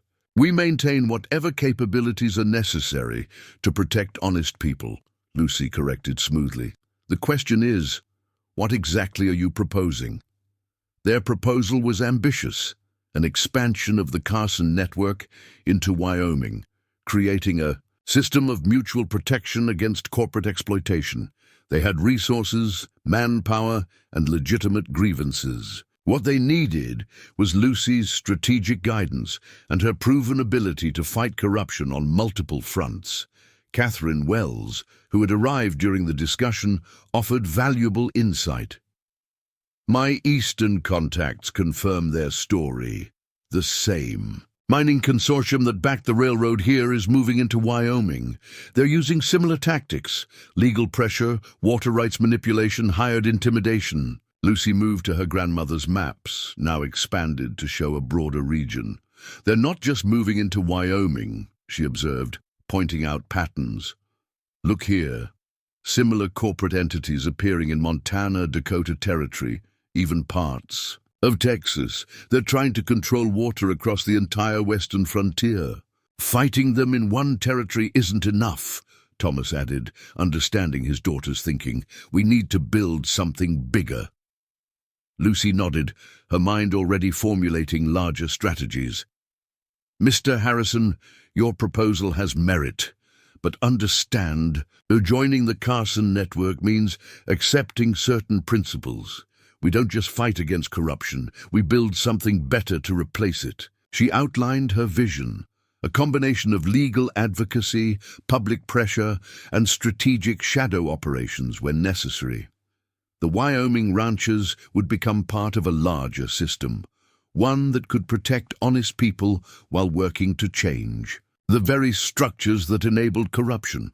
"It's not just about water rights anymore," Lucy explained, her voice carrying that quiet authority that reminded everyone of her heritage. "It's about preventing powerful interests from controlling the resources everyone needs to survive. Sometimes that means fighting in courtrooms, sometimes in newspapers, and sometimes—" She touched her grandmother's pearl-handled Colts. "Sometimes it means being ready for more direct action." As the discussion continued, more visitors arrived at the Triple Crown, not just ranchers seeking protection, but lawyers offering services, journalists looking for stories, even reform-minded politicians seeking alliance. Lucy's victory over the railroad had demonstrated a new way of fighting corporate power, and people were eager to learn. "We're going to need a better way to coordinate," Sarah observed, reviewing the growing list of allies and operations. The old signal fire system won't be enough for this scale of organization. Already working on that, Lucy replied. She spread out plans showing an expanded network of telegraph lines, carefully positioned relay stations, and coded communication, protocols that combined her grandmother's security methods with modern technology. Catherine's brother-in-law is helping us establish newspaper contacts in major cities, she continued. Reed's people are setting up legitimate business fronts to gather intelligence, and Miguel's family connections give us eyes and ears in places corporations never think to look. The sun climbed higher over Devil's Fork Valley as Lucy's new organization took shape. It was something uniquely suited to the changing times, a force that could operate in both shadow and light, using every tool from legal briefs to hidden tunnels, from public opinion to the quiet strength that had made the Carson name legendary. "Miss Lucy," Jamie called from his observation post. "More signals coming in. Looks like news from Silver Creek." Through her carefully positioned mirrors, Lucy read the coded message with practiced ease. "The federal marshal's investigation is expanding. They've uncovered evidence linking the railroad's water rights conspiracy to similar operations in 5 other territories." "Perfect timing," Catherine noted. "My brother-in-law's newspapers can use that to support the congressional investigations they've been pushing for." Lucy smiled slightly, appreciating how each piece of her strategy reinforced the others. Public exposure supported legal action, which created opportunities for strategic pressure, which in turn generated more evidence for public exposure. It was a self-reinforcing cycle that grew stronger with each success. "We're building something Grandmother never could," she told her closest allies. "Not just a network for protection, but a system for real change." The Carson name used to mean outlaws fighting corruption from the shadows. Now it means honest people standing together, using every tool available to protect what matters. As afternoon shadows lengthened across Devil's Fork Valley, Lucy Hawthorne stood at her window watching. Her expanding network in action. Riders carried messages along carefully secured routes, telegraph wires hummed with coded communications, and signal fires flickered on distant ridges, each part of a sophisticated operation that combined the best of old and new ways. The quiet rancher's daughter had become something unique in the territory's history, a leader who could fight in any arena, using both shadow tactics and public power to protect what was right. And she was just getting started. "Miss Lucy," Reed Taylor called out, entering with fresh intelligence. "Just got word from our contacts in Denver.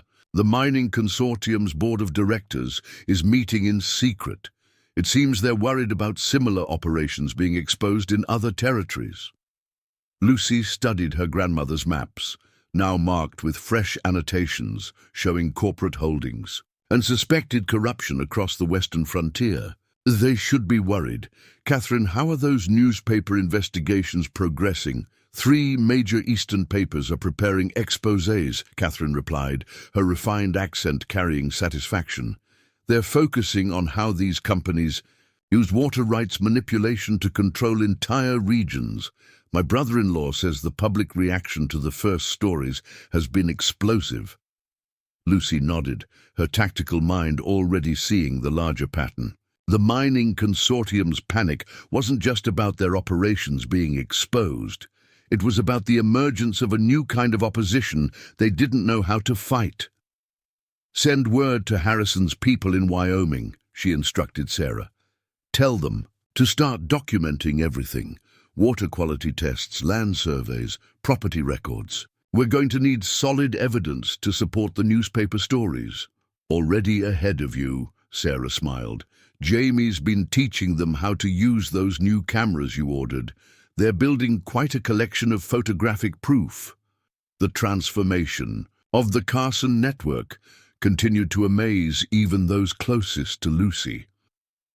What had once been a simple system of signal fires and hidden messages had evolved into a sophisticated operation, combining modern technology with old-world cunning. "Another telegram from Judge Parker," Miguel announced, bringing in fresh messages.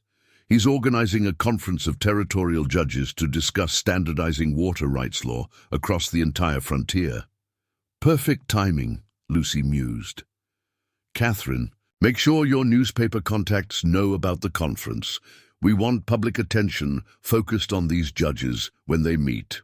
Thomas watched his daughter with quiet pride. "You're not just fighting individual battles anymore. You're changing the whole system." "Because that's what's needed now," Lucy explained, moving to her grandmother's desk. "Grandmother fought the only way she could, using force and fear to protect people from immediate threats. But today's threats are different. They wear suits instead of gun belts, use lawyers instead of bullets." "But they're just as dangerous," Sheriff Collins added, arriving with his own news. "Maybe more so. Got word that some of these corporate types are trying to buy up newspaper offices, control what gets reported." Lucy's smile held echoes of her grandmother's strategic brilliance. "Let them try. Catherine's network of independent papers is already established. And we've made sure certain evidence is distributed so widely that no amount of corporate money can suppress it all." The afternoon brought more visitors to the Triple Crown. Representatives from rancher associations in Montana, merchants from Colorado Springs, even a delegate from a farmers' coalition in California. Each brought stories of corporate exploitation, and each left with something more valuable than just protection, knowledge of how to fight back. "It's spreading faster than we anticipated," Sarah observed, reviewing the growing list of allies and operations. "People aren't just asking for help anymore. They're learning to organize, to gather evidence, to use the law and public opinion as weapons." "That's exactly what we want," Lucy replied, her tactical mind seeing the broader strategy unfold. "The Carson network can't be everywhere at once, but we can teach others to protect themselves and show them how to combine legitimate action with strategic pressure." Jamie burst in with fresh photographs, evidence of corporate agents attempting to tamper with water sources in Wyoming territory. The images were clear, professional, showing exactly the kind of documentation that could sway both public opinion and legal proceedings. "Well done," Lucy praised, examining the photographs. "Make sure copies get to Catherine's newspapers and Judge Parker's office, and send our Wyoming friends instructions for that new signal relay system. They'll need secure communications when the mining consortium retaliates." As evening approached, Lucy met with her inner circle to review their expanding operations. The Triple Crown's command center had become a sophisticated headquarters, combining elements of a legal office, news bureau, and strategic planning facility. "We've identified 3 more corporate fronts trying to consolidate water rights in Dakota territory," Reed reported, marking positions on their maps. "Same pattern as before, using legal pressure and hired intimidation to force small ranchers out." "They never learn," Lucy mused, though her smile suggested she'd expected this. "They think if they spread their operations across different territories, use different company names, we won't see the pattern." "Catherine, already have newspaper contacts in Dakota investigating," Catherine confirmed. "And those corporate registration records you wanted? My brother-in-law found some very interesting connections between their board members and certain political appointments." Lucy's network had evolved into something that would have amazed even Margaret Carson, a multifaceted operation that could fight corruption on every level. Legal challenges supported by public exposure, strategic pressure reinforced by documented evidence, each element strengthening the others. "Miss Lucy," Sarah called from the door. "Signal from the North Ridge. Looks like more riders coming in from Montana." Through her system of mirrors, Lucy observed the approaching group. Their manner suggested ranchers, but she noted the military precision of their formation. More allies seeking help, or perhaps another attempt by corporate interests to infiltrate her organization? Either way, she said softly, checking her grandmother's pearl-handled Colts with practiced ease. We're ready for them. The Carson name means something different now. Not just protection through force, but justice through every means available. The sun set over Devil's Fork Valley, painting the sky in colors that seemed to reflect the changing times. Lucy Hawthorne stood at her window, watching signal fires kindle on distant ridges while telegraph wires carried coded messages across territories. Her grandmother had built a legend through shadow and strength. Lucy was building something more, a force for justice that could fight in any arena, adapt to any challenge, and protect what mattered most in both old ways and new. Rapid series of signal flashes from the western ridge caught her attention. Lucy translated the coded message instantly, her tactical mind already processing its implications. "Miguel," she called out, "get Reed and his best men ready. The mining consortium isn't just buying newspapers. They're trying to purchase every freight company that carries water testing equipment into the territories. Trying to control access to evidence," Thomas observed grimly. "And failing," Lucy smiled slightly. "Because they don't know about the old Carson supply routes through the mountains. Sarah, contact our friends in the university chemistry department. Tell them their water testing supplies will arrive through alternative channels." Catherine Wells looked up from her correspondence with Eastern contacts. "They're getting desperate. My brother-in-law reports their stock prices are falling as investors react to the newspaper exposés. Some board members are already resigning." "Good," Lucy nodded. "When corrupt men start turning on each other, they make mistakes. Speaking of which," she turned to Sheriff Collins, who had just arrived. "Any word on those Pinkerton agents who were asking questions in town?" "Left this morning," Collins reported with a slight smile, though they seemed mighty confused about all the different stories they heard. Seems every person they talked to gave them different information about the Carson network. Lucy's smile widened. This had been one of her more subtle innovations. Instead of maintaining total secrecy like her grandmother had done, she deliberately allowed multiple conflicting stories to circulate. Corporate spies and investigators found themselves chasing shadows, unable to separate fact from carefully crafted fiction. "Miss Lucy," Jamie burst in, clutching fresh photographs.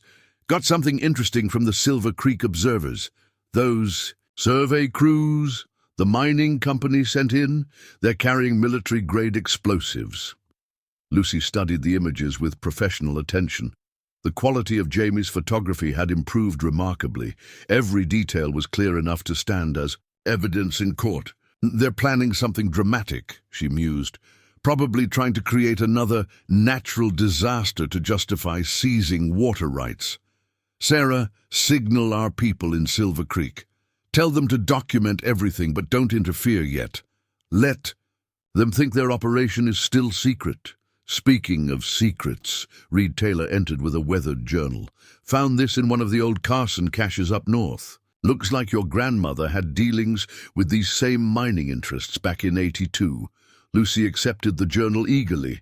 Every piece of her grandmother's legacy provided valuable insights, not just about past events, but about how to handle current challenges. "According to this," she read aloud, "the mining consortium tried similar tactics 40 years ago, but they were bolder then, using hired guns instead of lawyers. Grandmother stopped them by," she paused, smiling, "by exposing their operation to newspaper reporters from Chicago." "She was ahead of her time," Thomas observed proudly. "She understood something fundamental," Lucy agreed. "Those powerful men fear exposure more than they fear force. The threat of losing reputation, investments, social standing, that frightens them more than any gun." The arrival of more riders interrupted their discussion. Through her mirror network, Lucy observed three groups approaching from different directions: ranchers from Montana, merchants from Denver, and what appeared to be a federal marshal's delegation. "They're going to need guidance," she said softly. "Not just protection, but knowledge. The Carson name has to stand for more than just defending people. It has to teach them to defend themselves."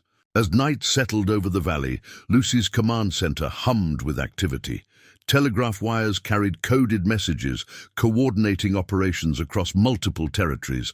Riders moved along secret trails, carrying evidence and information that could shape the future of the entire frontier. And in the hidden rooms beneath the Triple Crown Ranch, printing presses worked quietly, producing documents that would expose corruption and teach others how to fight it. "Your grandmother would be proud," Sarah said, bringing fresh coffee, "not just of what you're fighting against, but what you're building." Lucy touched the pearl-handled Colts at her hips, feeling the weight of both past and future. The Carson legacy had to evolve. The old ways alone aren't enough anymore, but the core principle remains the same: protecting those who need protection, fighting those who would steal and corrupt. From her window, she could see signal fires blooming on distant ridges, each one representing a point in her expanding network. The quiet rancher's daughter had become something unprecedented, a leader who could fight in both shadow and light, using every tool from hidden tunnels to newspaper headlines, from legal precedents to her grandmother's guns. And her influence was still growing, spreading across territories like those signal fires on the horizon. The Carson name was becoming something new, not just a legend of outlaw justice, but a symbol of hope for those who sought to protect what was right in a changing world. Dawn broke over Devil's Fork Valley with an unsettling calm. Lucy Hawthorne, studying reports from her expanding network, sensed the approach of something bigger than anything they'd faced before. The mining consortium's recent activities suggested not just desperation, but a carefully coordinated plan. 3 more telegraph offices shut down in Montana Territory, Sarah reported, bringing the morning's messages. And reports of armed men escorting survey crews near every major water source from here to the Dakota border. Lucy's tactical mind immediately grasped the pattern. They're not just reacting anymore. They're implementing a strategy. Have Miguel check those survey crew movements against grandmother's maps of underground water sources. The comparison revealed something disturbing. The crews were positioning themselves near crucial points in the territory's watershed system, places that Margaret Carson had identified decades ago as critical to controlling the region's water supply. "Miss Lucy!" Jamie burst in, his young face serious. "Just developed these photographs from our observers in Silver Creek." He spread several images across the desk, showing heavily armed men setting up what appeared to be mining equipment. "That's not mining gear," Lucy observed, studying the details. "Those are water pumps, industrial grade. They're planning to physically redirect water flow on a massive scale." Catherine Wells arrived with even more troubling news from her eastern contacts. The mining consortium has merged with 2 railroad companies and a major banking group. They're calling it the Western Resources Corporation, and they've hired an army of Pinkertons. Lucy moved to her grandmother's maps, now expanded to show corporate holdings across multiple territories. The pattern became clear. The enemy had learned from their previous defeats and was mounting a coordinated campaign that combined legal, financial, and physical control of water resources. "They're not just trying to control water rights anymore," she explained to her gathered allies. "They're attempting to physically reshape the territory's water system. Once they redirect the major water sources, legal ownership won't matter. They'll control the water itself." Sheriff Collins, who had ridden in with his own intelligence, nodded grimly. "Already seeing the effects. 3 small creeks near Silver Creek have run dry. Ranchers who've never had water troubles before are suddenly finding their streams diverted." Lucy's response was immediate and decisive. "Miguel, Activate all our observation posts. I want every movement of those survey crews documented. Sarah, contact Judge Parker. We'll need emergency injunctions against any unauthorized water flow modifications. But even as she gave these orders, Lucy knew legal measures alone wouldn't be sufficient. The enemy had chosen their timing carefully, moving during the dry season when water was most crucial. By the time legal challenges worked their way through the courts, irreparable damage could be done. They've learned from watching us, she mused, using multiple strategies simultaneously, just like we do. Catherine, how quickly can your newspapers expose this new threat? The stories are ready, Catherine replied, but they're blocking distribution in key areas. Those newspaper offices they bought? They're preventing any negative coverage from reaching the territories most affected. Lucy smiled slightly, an expression that would have been familiar to anyone who knew Margaret Carson. Then we'll need to be more creative about spreading information. Jamie, remember those printing plates we had made? The young man grinned. The ones sized to fit that old press in the barn's hidden room. Already got them inked and ready. This was another of Lucy's innovations, combining her grandmother's secret distribution network with modern printing technology. While the corporation controlled official newspapers, the Carson network could flood territories with independently printed exposés and warnings. "Read," she called to Taylor, who had just arrived with reports from his patrols. "How many of the old tunnel routes are still usable?" "Most of them, thanks to the work we've been doing. Got them shored up better than in your grandmother's day, actually. But why?" "Because we're going to need them all," Lucy explained, her tactical mind already 3 steps ahead. "The corporation's trying to control information and water simultaneously, so we'll use grandmother's hidden routes to move both, printed truth and actual water supplies to the hardest-hit areas." As her allies moved to implement these orders, Lucy withdrew to her grandmother's study. The pearl-handled Colts at her hips seemed to carry extra weight today, reminding her that some battles couldn't be won through purely modern means. "They're forcing our hand," Thomas observed from the doorway, "pushing us toward direct confrontation." "Yes," Lucy agreed softly, "but not the kind they expect. They're prepared for either legal challenges or armed resistance. We're going to give them something else entirely." She spread out a new map, one that combined her grandmother's secret knowledge with modern survey data. "Look here. While they're focusing on visible water sources, they don't know about the underground springs grandmother mapped, or about these high mountain reservoirs that don't appear on any official documents. A shadow water supply," Thomas understood. "Just like in the old days, when the Carson gang maintained hidden resources that let them operate where others couldn't." "Exactly.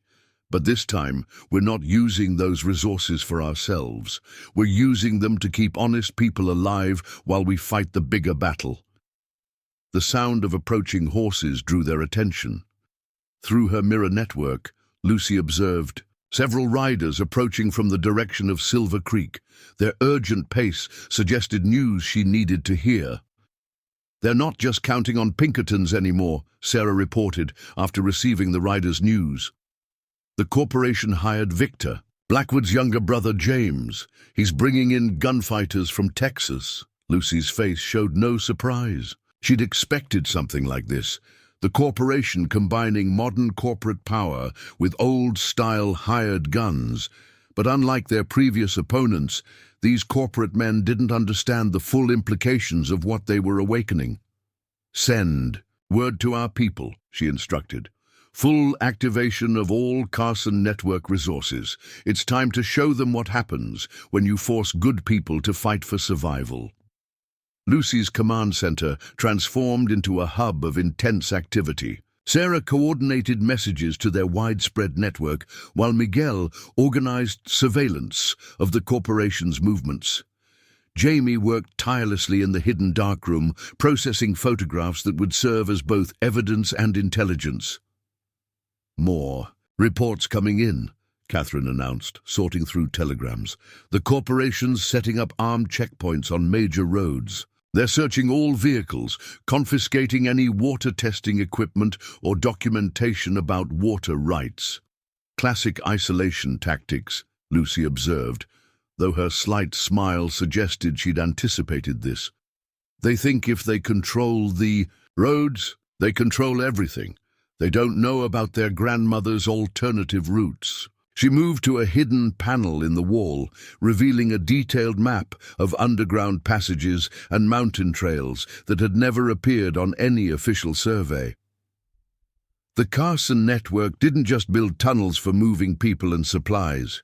Grandmother mapped every hidden spring, every underground water source that couldn't be controlled from the surface. "Miss Lucy!" Reed Taylor burst in, his weathered face urgent. "James Blackwood's men just seized the water pumping station at Eagle Creek. They're already starting to redirect the flow." Lucy's tactical mind immediately grasped the implications. Eagle Creek was a crucial water source for several small ranching communities. Without it, dozens of families would be forced to abandon their lands within days. "Perfect," she said softly, surprising her allies. "Perfect?" Sheriff Collins questioned.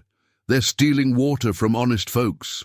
"They're also getting overconfident," Lucy explained. "Look here." She pointed to her grandmother's maps. "Eagle Creek is fed by underground springs that the corporation doesn't know about. While they're busy controlling the surface pump station, we can use the old Carson tunnels to access the source itself."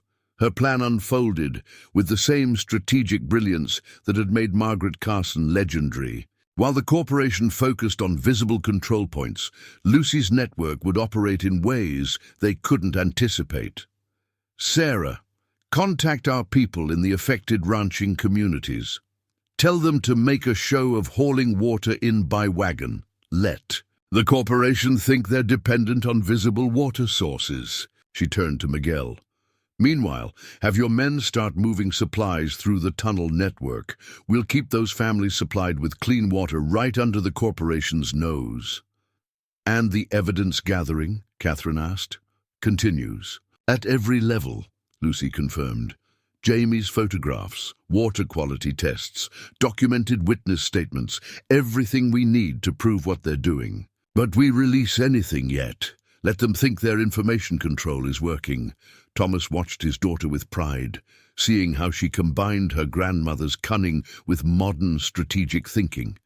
"They're expecting either legal challenges they can delay in court, or violent resistance they can crush with superior numbers. Instead," Lucy smiled, "we're going to give them a lesson in Carson's strategy.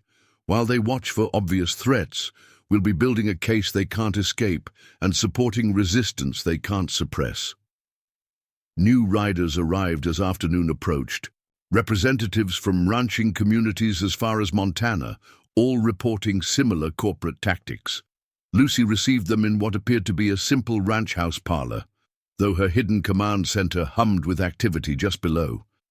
"Your grandmother helped my father during the drought of '82, one weathered rancher said. "The Carson name still means something to folks who remember those days. The name means something different now," Lucy replied, "but the core principle remains the same. Protecting those who need protection, fighting those who would steal what belongs to everyone." As she coordinated responses to the growing crisis, Lucy felt her dual heritage working in perfect harmony. The quiet rancher's daughter understood the struggles of honest people fighting to keep their lands. The Carson heir knew how to fight powerful enemies through both shadow and light. "Miss Lucy," Jamie called from his observation post. "More corporate men arriving at Eagle Creek. They're setting up some kind of machinery." Through her mirror network, Lucy studied the activity. The corporation was installing industrial pumps, clearly planning to increase their water diversion efforts. "Let them waste their resources on surface control," she said softly, "while they're focused on what they can. See, we'll be working where they never think to look." Sarah brought more reports from their expanding network. The corporation's activities were following a clear pattern: targeting crucial water sources, isolating communities, and using a combination of legal pressure and armed intimidation to force compliance. They think they're fighting a traditional range war, Lucy observed, using modern corporate tools, but following old patterns of territory control. They don't understand what they're really facing. She spread out another map, this one showing the organization she'd built. A sophisticated network that could fight through legal channels, public opinion, and direct action simultaneously. The Carson name had evolved into something unique, a force that could operate in any arena, using both shadow tactics and public power to protect what was right. "Send word to Judge Parker," she instructed. "Tell him to delay any official rulings on water rights disputes for at least 2 weeks. We need time to gather overwhelming evidence while maintaining our shadow support network." Catherine looked up from her correspondence. "The corporation will use that delay to increase their control of water sources." "They'll try," Lucy agreed. "But every action they take, every water source they seize, every family they threaten, it all becomes part of the evidence we're building. Let them think they're winning through force. When we finally move, it will be with a power they can't fight." The sun began to set over Devil's Fork Valley, painting the sky in colors that seemed to reflect the gathering storm. Lucy Hawthorne stood at her window, watching signal fires kindle on distant ridges while her network mobilized in ways the corporation could never suspect. The quiet rancher's daughter had become something unprecedented, a protector who could fight in any arena, using every tool from hidden springs to public exposure, from legal precedents to her grandmother's strategic brilliance. And she was about to demonstrate that some legends don't just survive, they evolve to meet new challenges in unexpected ways. "Miss Lucy," Miguel called urgently. "Rider coming in fast from Eagle Creek. Looks like one of the Patterson boys." Through her mirror network, Lucy watched young Tom Patterson approaching at a dangerous pace. His urgency suggested news that couldn't wait for normal channels. "Water's gone completely black at 3 more springs," Tom reported, still catching his breath. "And they're bringing in more equipment, huge steam pumps on wagons, enough to drain half the valley." Lucy's tactical mind immediately processed this new information. "They're moving faster than expected. Sarah, get word to our water testing teams. We need samples from every affected spring before they can tamper with more evidence." "Already happening," Sarah confirmed. "Dr. Henderson from the university has been analyzing the samples we smuggled out. Says he can prove deliberate contamination, chemicals that could only come from industrial operations." Catherine Wells looked up from a fresh telegram. "My brother-in-law's papers are ready to run the full story.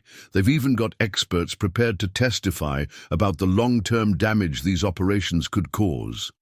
"Hold the stories," Lucy instructed, surprising everyone. "The corporation's expecting us to fight back with public exposure. They'll have legal teams ready to dispute everything, drag out court challenges, until it's too late to save the water sources." She moved to her grandmother's desk, withdrawing a leather-bound journal she'd been studying. Grandmother faced something similar in '84, a mining operation trying to poison water sources to drive out small ranchers. But instead of fighting them directly, Lucy's smile held echoes of Margaret Carson's strategic genius as she outlined her plan. It was audacious, combining old Carson tactics with modern innovations in ways the corporation couldn't possibly anticipate. "Jamie," she called, "those new cameras you've been experimenting with, the ones that can take photographs at night." The young man nodded eagerly. "Got them working perfectly now, even managed to rig up some magnesium flash powder that doesn't make much noise." "Good. Because tonight we're going to document something the corporation doesn't want anyone to see." She spread out detailed maps of the Eagle Creek area. "They're guarding their operations during the day, but at night." Reed Taylor caught on quickly.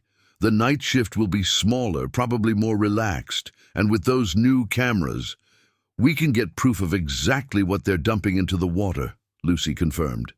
"But that's just part of it. Miguel, how?" Many of the old Carson riders can you gather by midnight? 20, maybe 30. More if we signal the outlying ranches. Do it. But tell them to come ready for hard work, not fighting. We're going to give the corporation something they don't expect, legitimate competition. As Lucy explained her strategy, her allies' faces showed growing appreciation for its elegance. While the corporation focused on controlling visible water sources, the Carson network would activate hidden springs and wells that Margaret had mapped decades ago. They would establish alternative water supplies for threatened communities while gathering evidence of corporate wrongdoing. It's not just about fighting them, Lucy explained. It's about making their entire strategy worthless. They think controlling the surface water gives them power over the territory. We're going to show them that some resources can't be controlled by force or money. Thomas watched his daughter with pride, seeing how she combined her grandmother's gunning with her own innovative thinking. The corporation's hired guns expect violence, their lawyers expect legal challenges, but this is something new, Lucy agreed, something that uses both shadow and light to protect what matters. The command center hummed with activity as preparations accelerated. Sarah coordinated messages to their widespread network while Jamie prepared his photographic equipment. Catherine drafted carefully worded telegrams that would alert their allies without tipping off corporate watchers. "Miss Lucy," Reed called from his observation post. "More corporate men arriving at Silver Creek, and these ones, they're different." Through her mirrors, Lucy studied the newcomers. Their manner and equipment marked them as professional mercenaries, probably former military. The corporation was clearly expecting resistance and preparing accordingly. "Perfect," she said softly. "Let them fortify their positions, build up their armed presence. Every man they commit to guarding surface water sources is one less man looking for what's happening underground." As night approached, Lucy made final adjustments to her plan. The pearl-handled Colts at her hips were a reminder that some situations might still require her grandmother's more direct methods, but her real strength lay in combining old and new ways of fighting. "Remember," she told her gathered allies, "tonight isn't about confrontation. It's about showing that power doesn't just come from control and force. Sometimes the strongest position is the one your opponent doesn't even know exists." The sun set over Devil's Fork Valley, painting the sky in colors that seemed to herald coming change. Lucy Hawthorne watched signal fires kindle on distant ridges, while her network prepared to demonstrate that some battles are won not through force or fear, but through wisdom and adaptation. 3 months after the night operation at Eagle Creek, Lucy Hawthorne stood in her grandmother's study, now transformed into something Margaret Carson could never have imagined. Newspaper clippings covered one wall, documenting the complete exposure and downfall of the Western Resources Corporation. Maps and telegrams detailed the expanding influence of the Carson network across multiple territories. "Final report from Judge Parker," Sarah announced, bringing in fresh telegrams. "The territorial legislature just passed the last of the water protection laws. They're calling it the most comprehensive reform in Western history."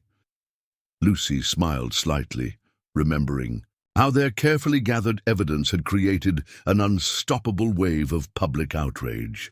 The corporation's schemes had been exposed not through violence, but through strategic brilliance combining old Carson methods with modern innovation. "Miss Lucy!" Jamie burst in, clutching the latest edition of the Chicago Tribune. "They're running!" Another story about the Guardian of the Waters. "Seems folks back east can't get enough of how we beat the corporation." The newspaper campaign had been particularly effective. Catherine's brother-in-law had coordinated coverage across major cities, turning local water rights disputes into a national scandal. The corporation found itself fighting not just in the territories, but in the court of public opinion, where their money held less power. And the latest from Silver Creek, Lucy asked, though her mirror network had already shown her the changes there. The new cooperative water management system is working better than anyone expected, Sarah reported. Ranchers and farmers working together, using both the visible springs and the hidden sources grandmother mapped. The corporations pumping. Stations are being converted into public water access points. Thomas joined them, carrying another set of documents, words spreading beyond just water rights. Got requests from 3 more territories, people wanting to learn how to fight corporate power without losing themselves to violence. This was perhaps Lucy's greatest achievement, not just defeating one enemy, but creating a model for others to follow. The Carson name now stood for something unprecedented, the ability to fight corruption through both shadow and light, using every tool from hidden tunnels to public exposure. More riders coming in, Miguel called from his observation. Post, looks like that delegation from Montana we've been expecting. Through her carefully positioned mirrors, Lucy watched the approaching group. Their manner suggested not desperation, but determination. People seeking not just protection, but knowledge. They're here to learn, she said softly. Show them to the main room. It's time to demonstrate how the Carson legacy has evolved. The meeting that followed demonstrated how far Lucy had come from being simply a rancher's daughter. She laid out maps and documents, showing how her network combined legal action with strategic pressure, public exposure with shadow operations. The old ways alone aren't enough anymore, she explained to the attentive group. But neither are. Purely legal methods. True protection requires working in both worlds, using every tool available while never losing sight of what matters most. Catherine Wells, who had become an integral part of Lucy's operation, added her perspective. The corporate interests expect either violence they can crush or legal challenges they can delay. They don't know how to fight opponents who can operate on every level simultaneously. Lucy moved to her grandmother's maps, now updated with her own annotations, showing how old Carson routes and hidden resources could support modern resistance strategies. Your territories are facing similar challenges, she told the Montana delegation. Corporate interests trying to control water, land, everything they can grab. They think money and force give them all the power they need. She smiled slightly, touching the pearl-handled Colts that still rode at her hips.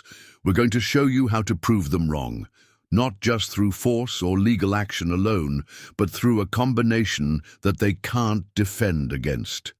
As she outlined her methods, Lucy felt the perfect balance she'd achieved between her dual inheritances.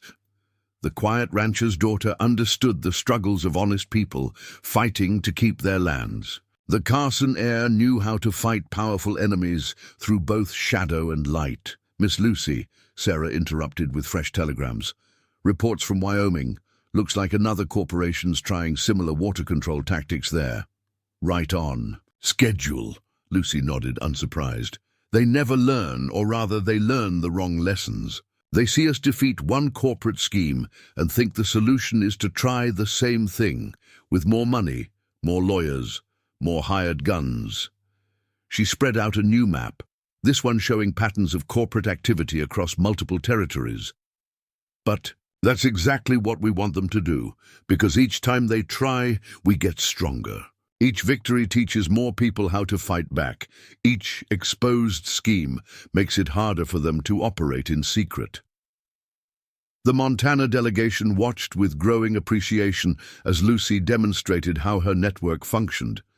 She showed them how to gather evidence that could stand in court while maintaining shadow operations that kept communities alive during legal battles. How to use public exposure as a weapon while protecting vulnerable people through hidden resources. The Carson name means something different now, she explained, her voice carrying that quiet authority that reminded everyone of her heritage. Not just protection through force, but justice through every means available. We fight in courtrooms and newspaper offices as effectively as we once fought on horseback.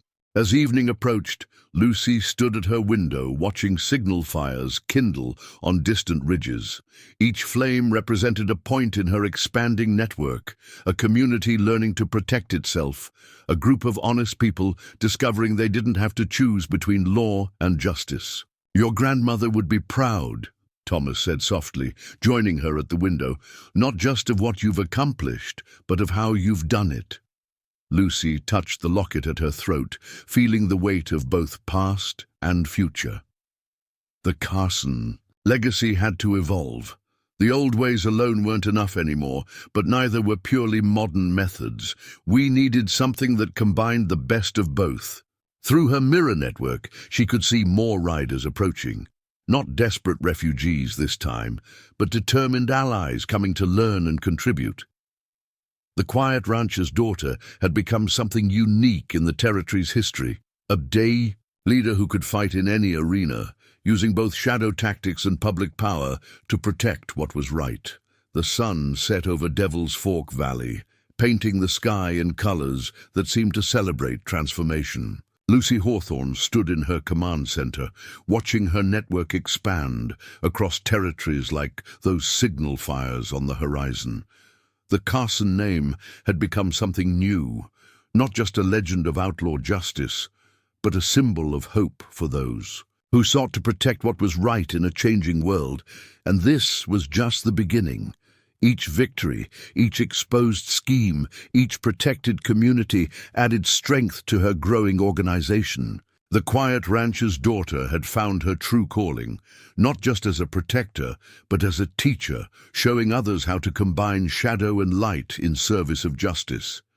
The legend of the Carson name would continue, not through fear or force alone, but through the wisdom to adapt, the strength to protect, and the courage to fight corruption with every tool available. Lucy Hawthorne had transformed her grandmother's outlaw legacy into something unprecedented, a force for justice that could work in any arena, fight any enemy, and protect what truly mattered in both old ways and new. Up next, you've got two more standout stories right on your screen. If this one hits the mark, you won't want to pass these up. Just click and check them out. And don't forget to subscribe and turn on the notification bell so you don't miss any upload from us.